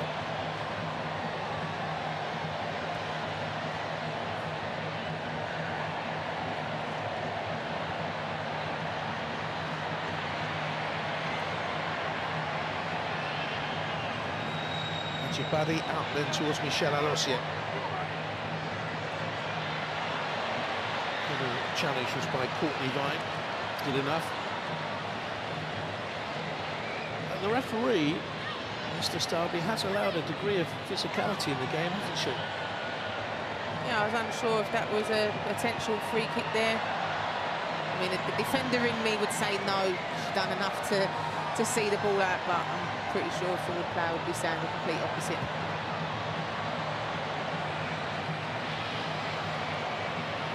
Carpenter, so down the line. Forward again, initially made a run towards the ball. Just looking at the body central for Nigeria, though, they get so compact, so tight. So Australia need to do things a lot quicker to not allow them the time to get in and get set. Courtney Vine. Now goes on the outside. Cross needs to get out wide to Carpenter early. And getting set back in the middle there. Look. Carpenter, bit of freedom. The cross headed on by Vine. Comfortable save.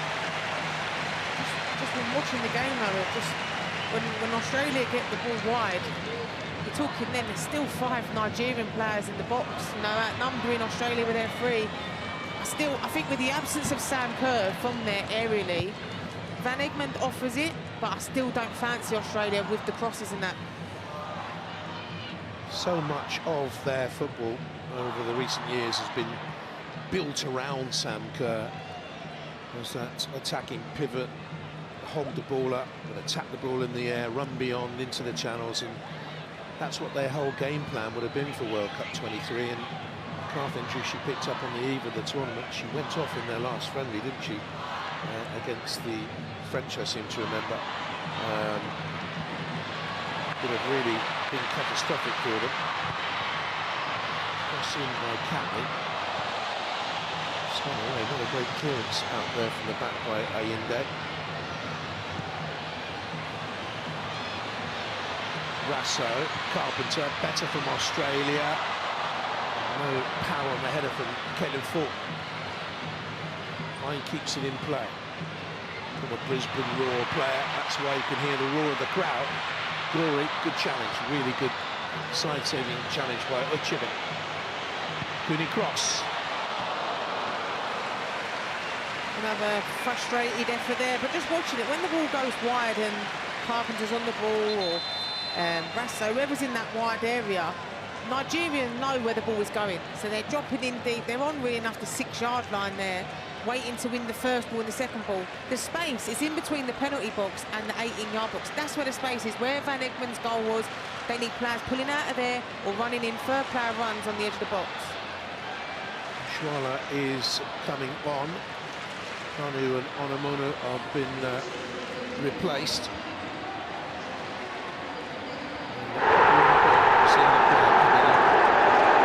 For Nigeria, Esther Okoronkwo forward, came on for 5 minutes. Onamono in the first game, so on comes Asisat Oshoala.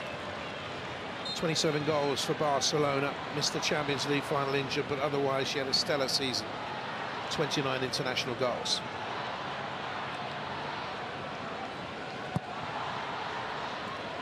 Do you think they should have started? I mean, Kanu's got the goal.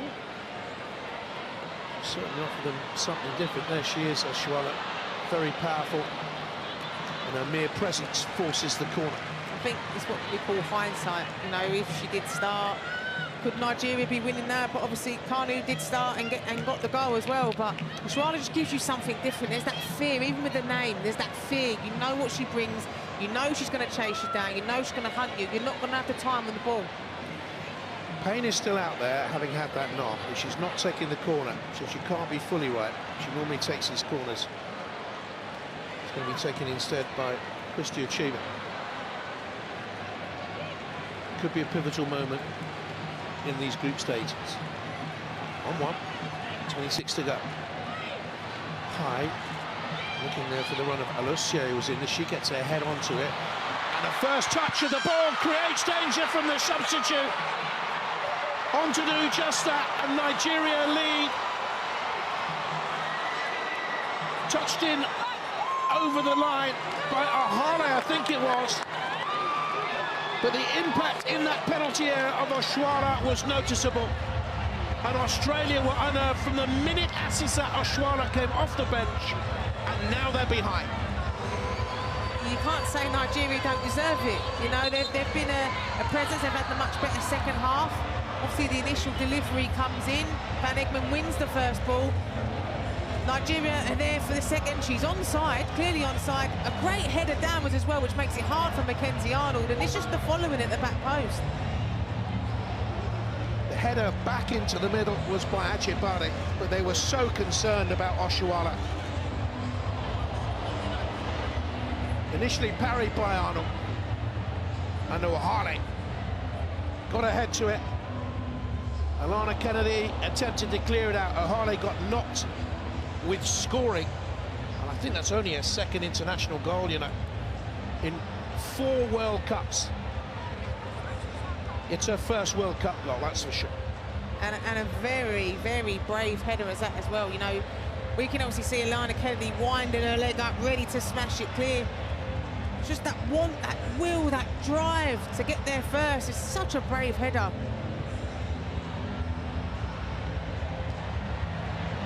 Got hurt in the process. She's had a miserable season with her club. They're finished bottom Alaves. 4 African Cup of Nations winning medals. This is her 4th World Cup. She's in her 30s. What a precious moment. She's just had the wind taken right out of her, but she won't be bothered about that, not with getting the goal. That's a fantastic downward header though, and I mean, it's such a brave run at the back post, but Australia just switch off as well to the run. Ball watching, a lot of the players are ball watching, not really aware of where the other players are in the box.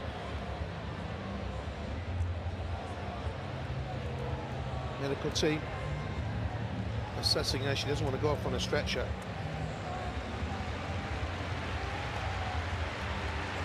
Nigeria ahead against the hosts.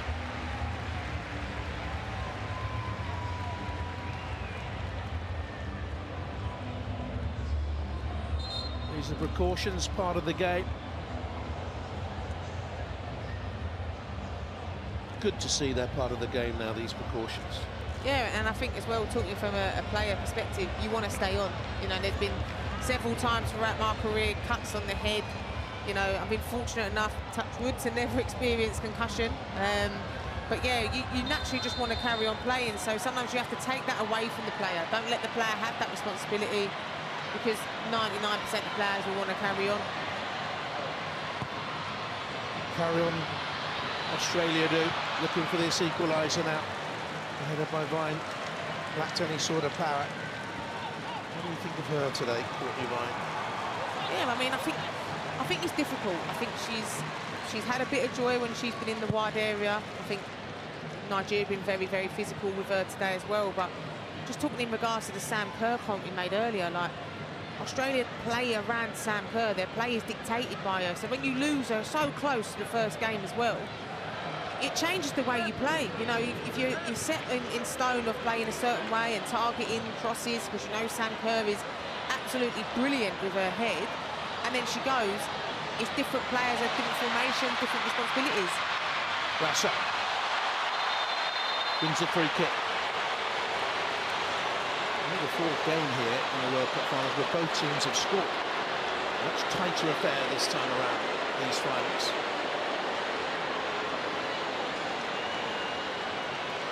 You know what I love about 𝓳𝓸𝓲𝓷𝓲𝓷𝓰 as well? I mean, I played against her and I didn't like that at the time, but she will continue to keep running and running and running for the team, you know, and she gets smashed, she gets hit late, she just gets back up and she keeps going. And they stayed down. Both hosts both won their opener. New Zealand lost their second game against the Philippines, and Australia going to lose this one. All of a sudden, their final game against Canada will take on a completely different complexion. Australia.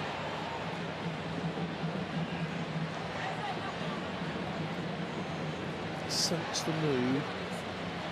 That they thought the job would be done today and they would get through with a second win. They'd be there around the 16. His team, A, no fear, and B, run. And you talk about Russia, they run and run and run. Nigerians. And the Nigerian player Enda picked up the injury. I completely agree with you on it as well, and I think the way Australia started the game, and for the majority of that first half, they were the better team. They had obviously a lot more possession than what Nigeria did, but I think Nigeria got a bit more confidence. You know, when they did press Australia and the ball turned over, they sort of felt like, hold on, we can do it. You know, we can get something from this game. And I say this every game that I commentate on. The game is about momentum, and it's about what you do when you have that momentum. And Nigeria have taken full advantage of that, you know, because they've had the momentum and they've scored the goal. This will be a big miss for them because she's played in a slightly different role in the second half. And the back of that defence, almost alone with a Chubit, pushed on a little bit. They'll have to readjust that. 20 minutes to go. He is there, so too gory, on a line of 6 in the middle. Kennedy is up from the back row, 14. Just in front of her is Claire Hunt. Ryan is there as well. So two Van Egmond at the far post, in towards the near, looking for Fort. Tried to catch Nigeria out there, but they didn't. I think you can see what she's trying to do there. Drive it in low, potentially get a deflection off of a Nigerian player, Australian player, because there's so many bodies in the box there, but could they have done something different there? Could they have potentially hit it towards the edge of the box for someone, a late runner to come in, or because that's where the space is. Nigeria know they're packing their goal, that you can't get through it. Just one clean sheet in 7 World Cup games now for Australia. Payne looks okay now after we thought it was a bit of a dead leg. 𝓲𝓸𝓷𝓲𝓷𝓰 will give chase. Kennedy and the goalkeeper in the mix-up. 𝓲𝓸𝓷𝓲𝓷𝓰! Nigeria are 3-1 up against the hosts.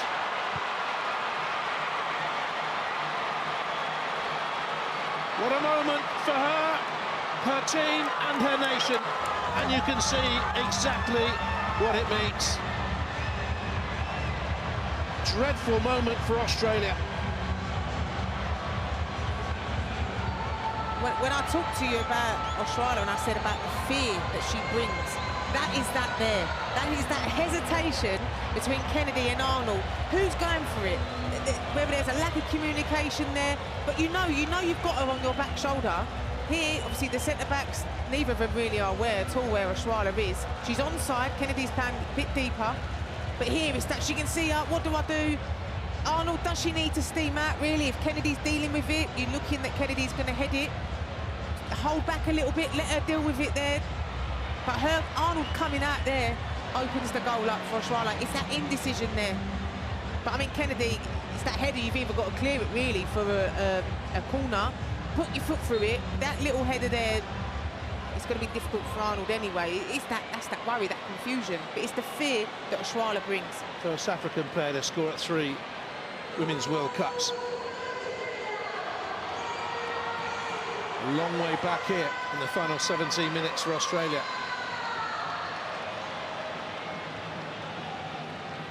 This has not gone to plan at all.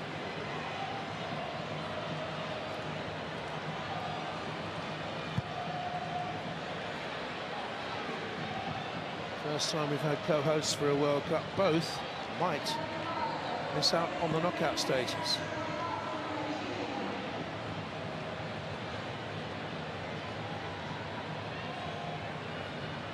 The Republic of Ireland could yet have a major say in who goes through, say, Nigeria in their final game.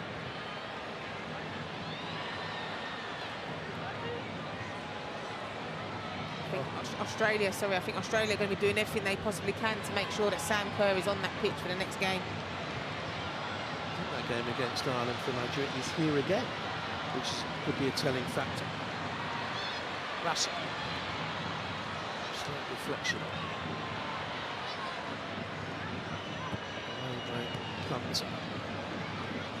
Here's 𝓳𝓸𝓷𝓲𝓷𝓲𝓷𝓰. Decent game, works hard. Glory. towards Caitlin Ford, but there's no support, not close enough to her. The problem is, though, is the support is too far away for the players. So Caitlin Ford's doing everything she possibly can up the top there. She's holding the ball up, but no one's helping her, no one's joining in.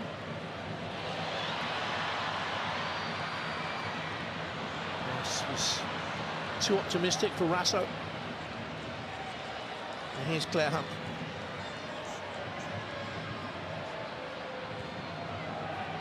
Slight misjudgment from 𝓳𝓷𝓲𝓷𝓰.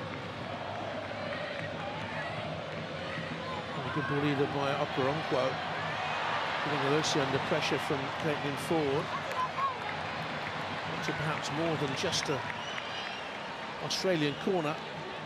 She was impeded by 𝓳𝓷𝓲𝓷𝓰. Looked okay to me. It's a good tournament. Nigerian number 22. If anything, it should have been a free kick to her. Yeah, if anything, that's what Australia need to do, though. They need to do that high press. They was doing it in the first half, but they seem to have completely dropped off of Nigeria. But do it and you'll win yourself something for your team. Change.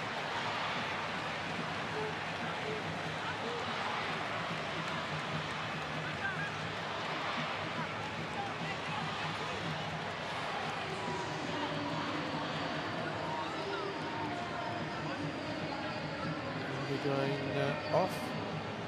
Plumtree going off. Chigini and Ogbonna coming on.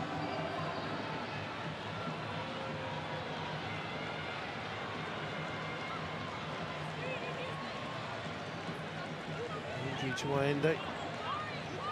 Taking her off the field of play. Ogbonna, centre back or defensive midfield player to defend the 3-1 lead. It's a seeking corner to the far post. 𝓳𝓱𝓪 was in there and did well.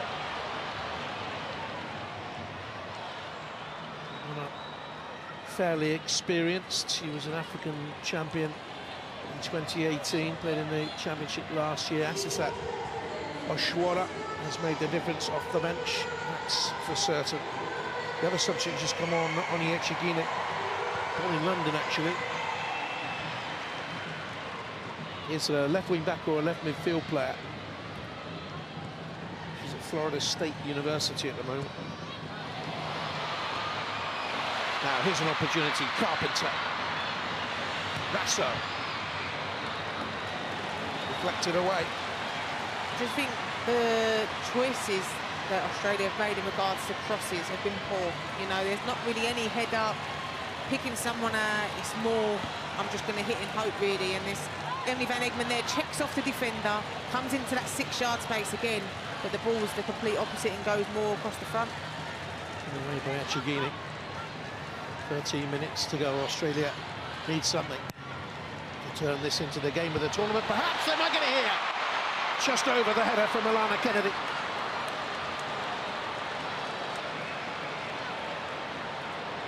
_20 attempts now on goal, 4 on target.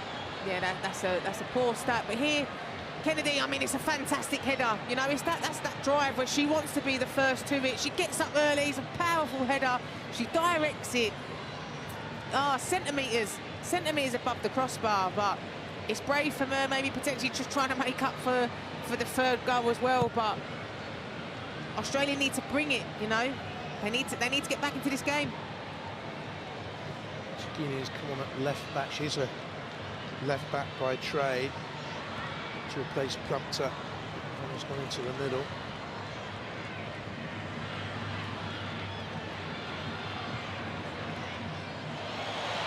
Here's 𝓳𝓱𝓪 in behind, couldn't bring the ball cleanly under control.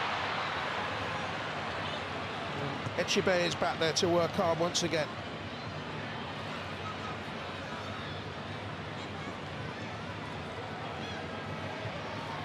Carpenter. This time it's Fine who was isolated in the middle. Van Egmond. Carpenter. Gorey. Comes through here to Caitlin Ford. Did well to cut inside, will go for goal. Superstar. Oh, goal kick given. Well, I thought the goalkeeper saved it. thought she had got fingertips to it, but that's what Caitlin Ford does so well. She's on the outside here, great feet, she cuts inside. Oh, I'd give that to the goalie, to be fair. So fingertip save here. Yeah, you can see it. You can see a clear touch over the bar. She's robbed the goalie there of a celebrationary save. She's had some tournaments so far, 𝓳𝓸𝓲𝓷𝓲𝓷𝓰. The youngest ever goalkeeper at a World Cup to keep a clean sheet. She was back in 2019. It was against Republic of South Korea. 𝓳𝓱𝓪𝓷𝓲𝓷𝓰 took a goal well, having created panic. Wins it back there. Unfairly, into the referee. And even for the second goal, you were talking about the ball watching. They also clearly were confuddled by 𝓳𝓱𝓪𝓷𝓲𝓷𝓰 being on, and two or three defenders were simply looking at her. Yeah, I mean, I think that's quite a harsh free kick, to be fair. I think she just gets her body in the way of Ellie Carpenter and the ball, but it is. 𝓳𝓱𝓪𝓷𝓲𝓷𝓰 brings that fear. Centre-backs, do I go tight to her? Do I not let her turn? Do I drop off her and give her the extra yards? 𝓳𝓱𝓪 did well. Another corner kick. 12 of these now.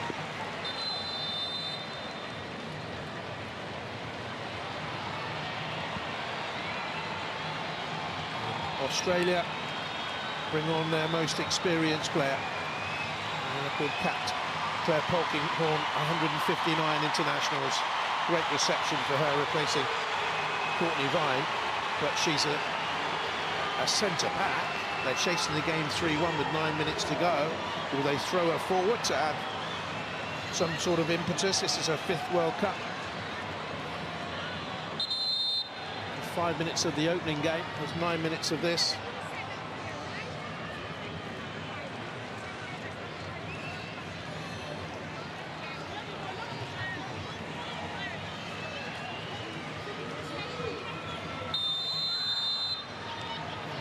Cooney crossing there on the goalkeeper, a little bit of pressure. Catley with the corner kick. Good punch by the goalkeeper. Van Egmond couldn't bring it under control and get the shot away. It's that space again, though, that space at the edge of the box. I think that's just a tired effort from Emily Van Egmond there. But the space, that's where it is. Second phase, knock the ball down. But they've thrown Alana Kennedy up. Polkinghorne's gone to centre-back. And Kennedy, whether she stays there is a different matter. Looks as if she's going to. Opportunity again with Okoronkwo, one of their substitutes for Nigeria. With a rusty pass, helped out by Ohale.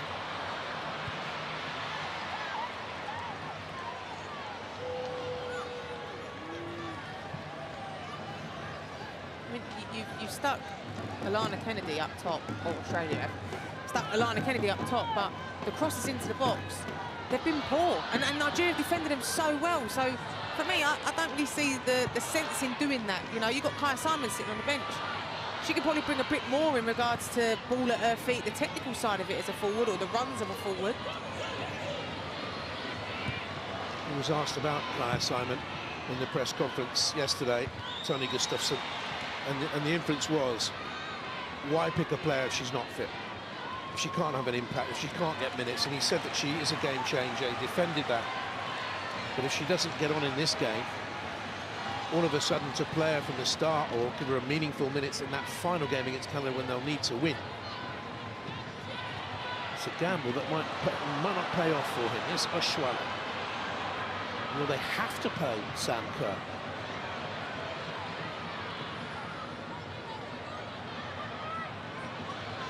Ajibade, dangerous cross in, cleared away by Claire Hunt on the volley. Ajibade, she's been strong for Nigeria. Sealed away by Catlett. Glory leaves it, Van Egmond. Rasso, space is beginning to emerge, 6 minutes to go. Trina Gore, foul. Nigeria do not want to be giving away free kicks at this late stage.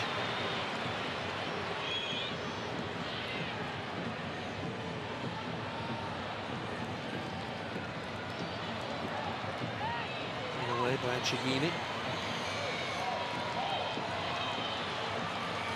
Come into the more central position, and Ogbono's gone back out to left back in the Plumpton position.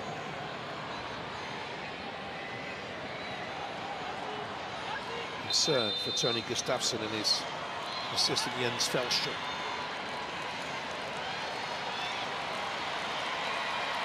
Australia make another change. It's Alex Chidiac, attacking midfield player. He's in the States with Racing Louisville.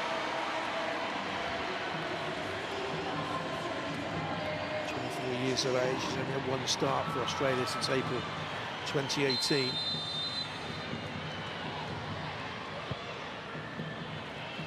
It's glanced away through. Could be a corner kick. Just kept in play. And lashed away by Akwankwu.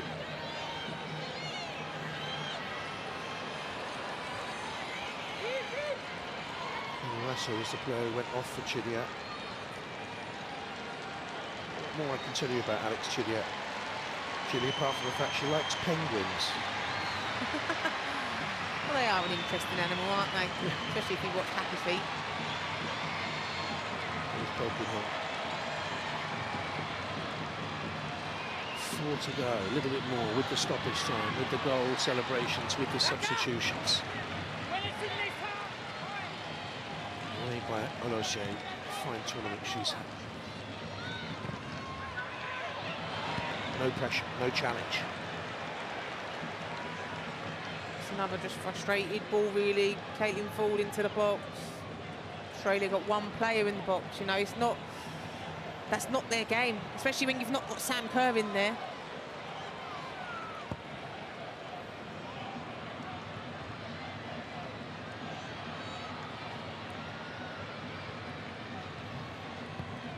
Catley forward. And they get the ball into the penalty area and create danger. It was Chidiac with the shot. And that's what I'm talking about. Obviously, Alana Kennedy challenges for the first ball. And then Chidiac's there to pick up for the seconds in that space. I mean, it's a pretty simple save for the goalkeeper in the end. But it's where Australia needs to be picking up the balls. It's in that second phase. That's where the space is between the Nigerian backline and the midfield. When he was asked about this group, Andy Waldron, the coach of Nigeria, said it's scary, to be honest. First 2 games are brutal, he said, against the Olympic champions Canada and the co-host Australia. But he believed he could rescript that horror tale into a fairy tale, as he said.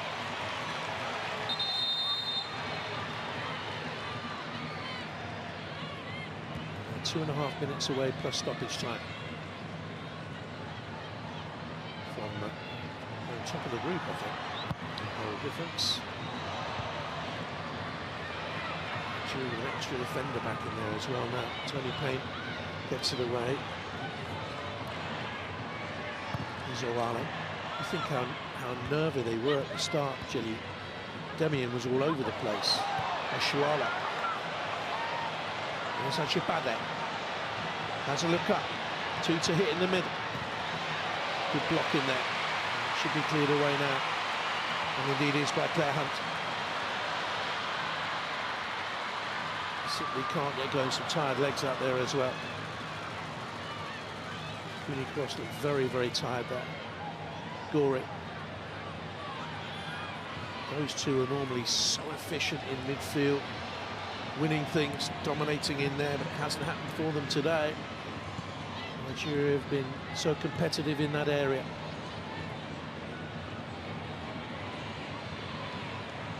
Just got so many numbers in that middle area. You know, it's hard for any midfield to try and break that down. That's why, for me, the space was wide for Australia, but it's the movement off the ball. They look for Kennedy.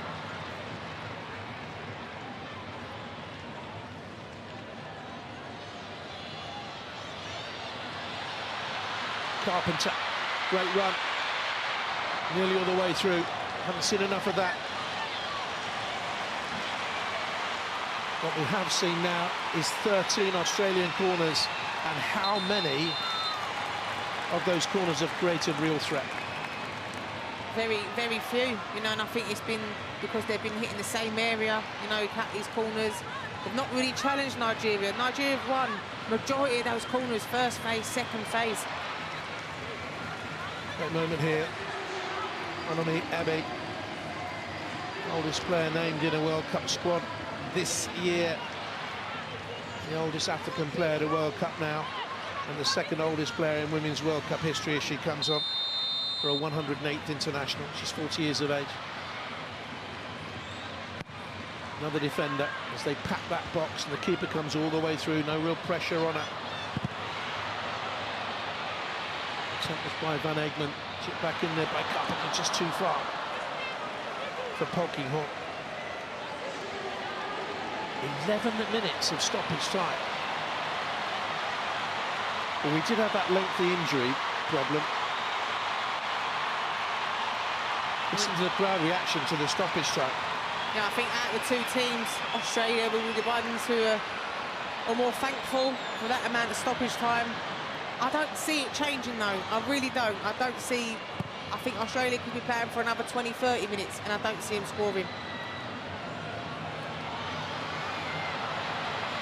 𝓳𝓸𝓲𝓷𝓲𝓷𝓰, very much their outboard to take on Polkinghorne. Glory.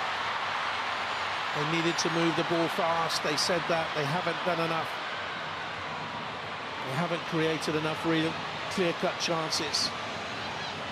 Eddie has gone back in there now between Oale and Demahin.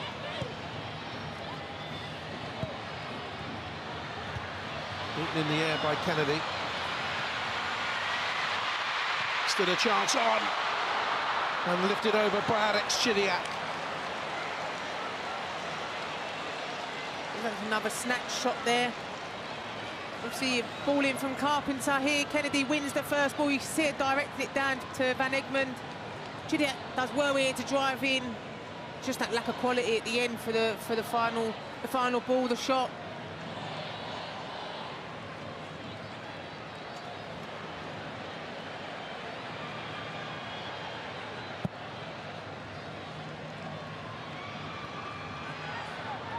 A real upset this.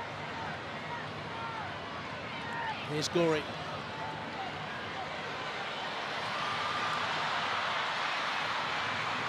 Australia came into the tournament ranked 10th in the world, 30 places above Nigeria.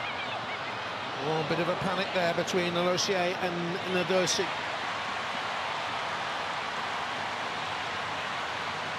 Alozie does well there. I think there's unaware. She wasn't sure if Caitlin Foord had joined in or not, but deals with it. But you'd want Caitlin Foord joining in there. She's held out there.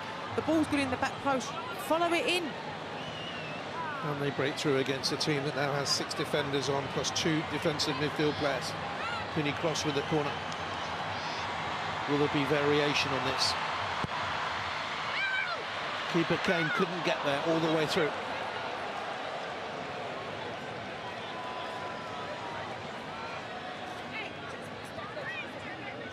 Australia's corners have just been poor overall today. Different delivery, you know, whipping it into the back post. Lana Kennedy's in far too early, but no one's there locking off the back.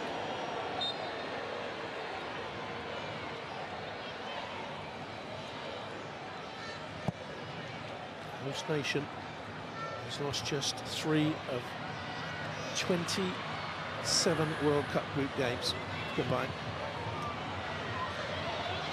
One of those was New Zealand the other day.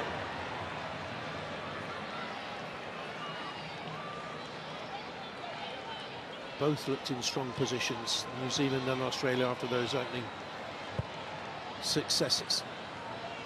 It's all gone wrong.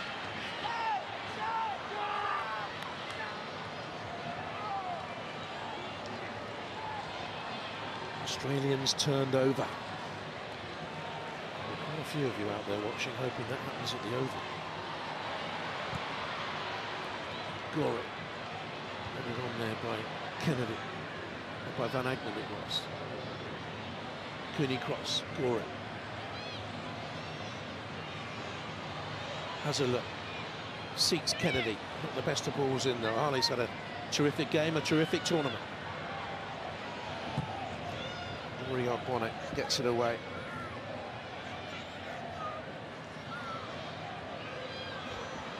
Cooney cross.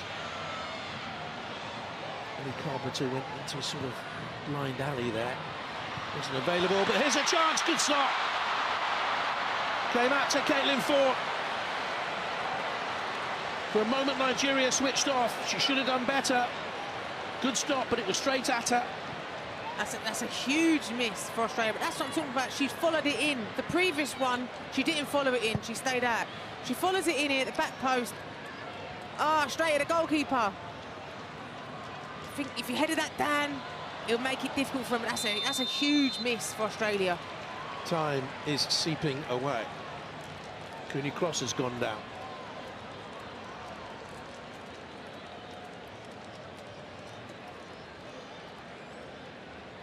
Slowly, slowly, Nigeria piecing together a very good run. This will be 4 wins in 5, after they'd lost the previous 7, by the way. Just to put into context what they've done today, they've scored 3. They've only scored 8 in their previous 11.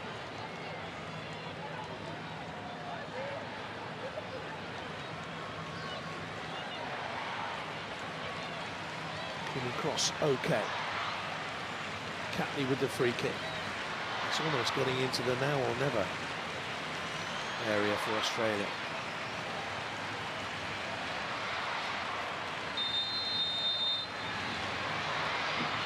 They need something here.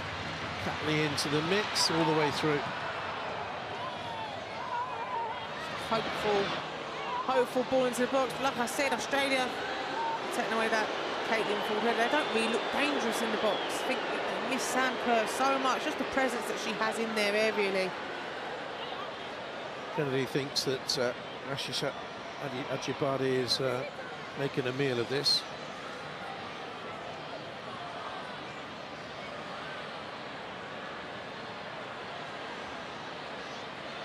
Coming together, she falls, bangs her head.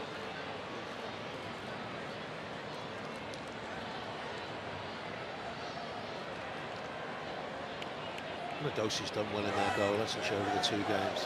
Yeah, she's been brilliant. She's commanded her area. Even that stop then from Ford. Okay, it's right her, but she makes herself big. You know, she puts Ford off, I think, with the header, but she's been fantastic over the course of the 2 games. Well, we thought we might see history with Australia winning their opening 2 games for the first time ever. We will see history if Nigeria win a World Cup for the first time, having conceded the first goal.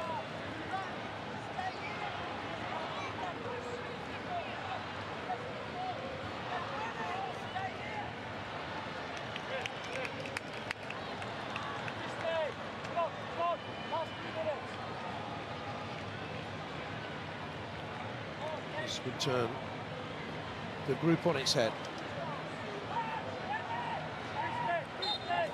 But they still have minutes to go. 𝓳𝓸𝓲𝓷𝓲𝓷𝓰 hasn't been as effective today. It's a really poor ball. She's much better than that. Yeah, the space opened up in front of her. Just carry on driving. You know, you're trying to hit these 30, 40-yard balls. You're just literally giving the ball back to Nigeria, who are not going to be in any rush at all to take these throw-ins either. We'll have 4 points and a goal difference of 2. Canada 4 points, a goal difference of 1. Australia the 3 points and a goal difference of -1. Republic of Ireland have been knocked out, of course. Carpenter with the crossing. Is it? The Canadians would only have to draw against Australia, who would have to win in that final game in Melbourne. Not over yet. Chibé with a header away. Goodness me. Over the 2 games, how many miles has she run?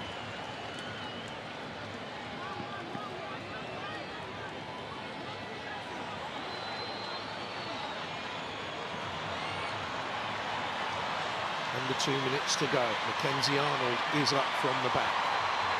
Cooney cross with the corner kick. The goalkeeper goes for it. She doesn't get it, but Alana Kennedy does. And Australia have one back. Game on again. What a dramatic game we've had. I'm sitting here smiling, seeing Mackenzie Arnold go up for the corner. Initially, when the ball came in, I thought she's going to have it. She's going to head it in. But I think obviously the Nigerians are aware of her. But Kennedy leaps on the shoulders of Mackenzie Arnold. Says, give me a little bit of a piggyback, please. Great header. You just feel though Australia maybe have left it a little bit too late, but that's probably been the best corner of the game as well, into the right area. But Kennedy, fantastic header. Australia 2, Nigeria 3. A minute to go. She scored in the 99th.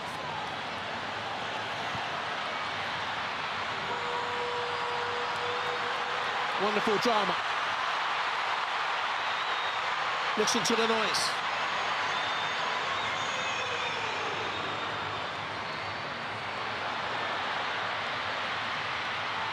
Oshuala.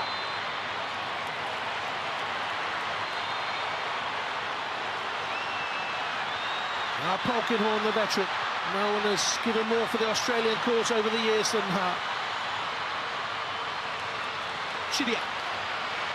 Can they do it? It would be sensational. Seconds to go. Little header down. Carpenter. What a vital save by Shimiaka Nadosi.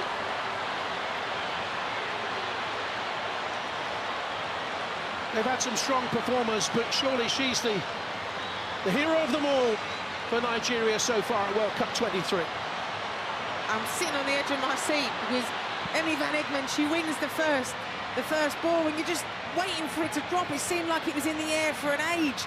And Carpenter obviously tries to get the ball across. From range, they test Arnold, who needs to get it up very quickly. One or two of the Nigerians have asked the referee how much longer. We've got over the 11 minutes of stoppage time. Cooney cross into the box. She'll drop on it, Nadosi, and keep the ball as long as she can and see Nigeria over the line. Sensational. That's what you want from your goalkeeper as well. With the momentum, you know, comes out, claims it. When it's your goalkeeper doing it, you don't mind if they drop to the floor. Boot, Bloom, have it. Anywhere will do.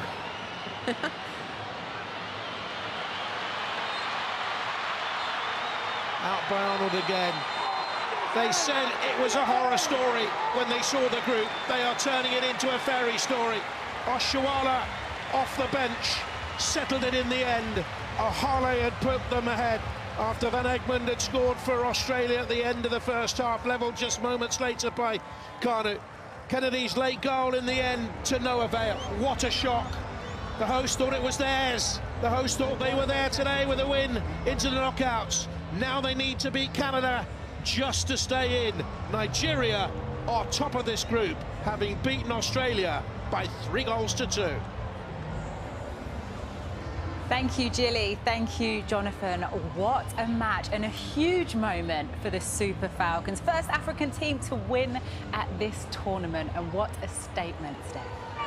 Wow, what a game. I think for Nigeria to put on that performance and really stifle Australia, I think they really deserved the win today, and 3-1 is unbelievable.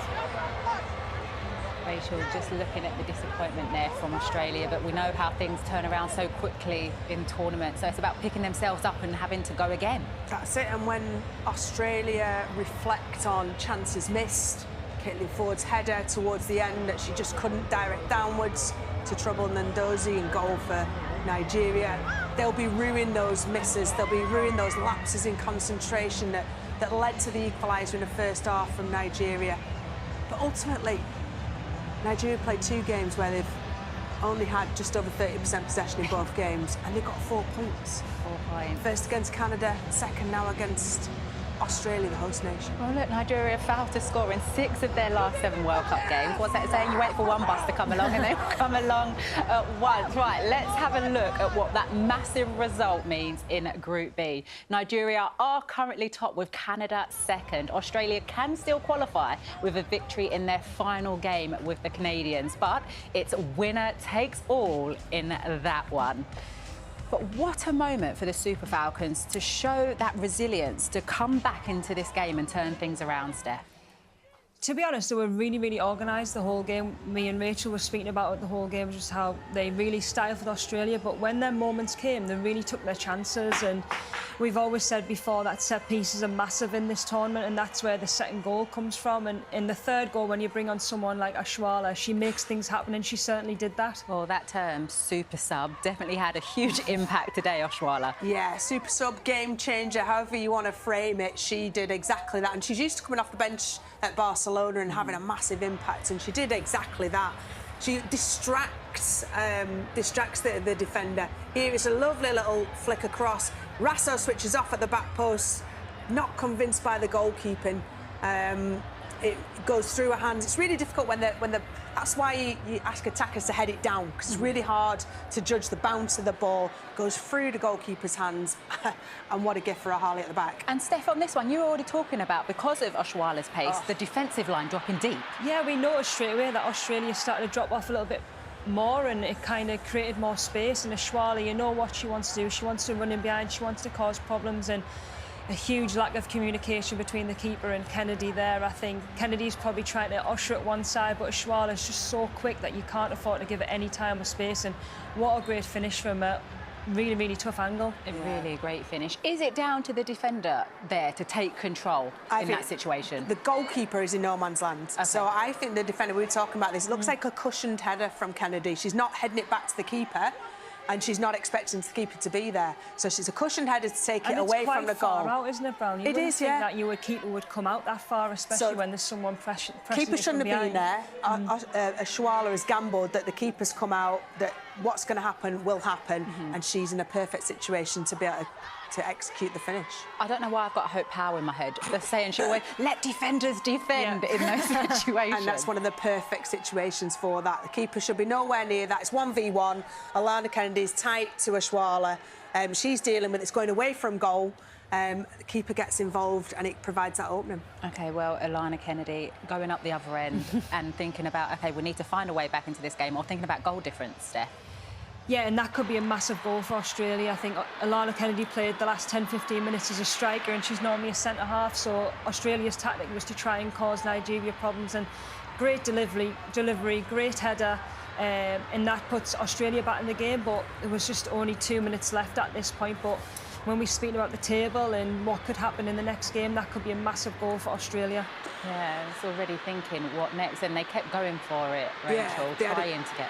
They did, and this from Carpenter, great save from 𝓳𝓸𝓲𝓷𝓲𝓷𝓷, but didn't really, it was kind of rising up when Carpenter hit it and couldn't get the power on it. Needed to really hit it into the ground, fizz it across and cause a problem for Nigeria. But good position from the goalkeeper, and pretty much disappointment from Kennedy, disappointment from Australia, because they shot themselves in the foot at times. Steph, talk us through some of those emotions that Kennedy will be feeling right there.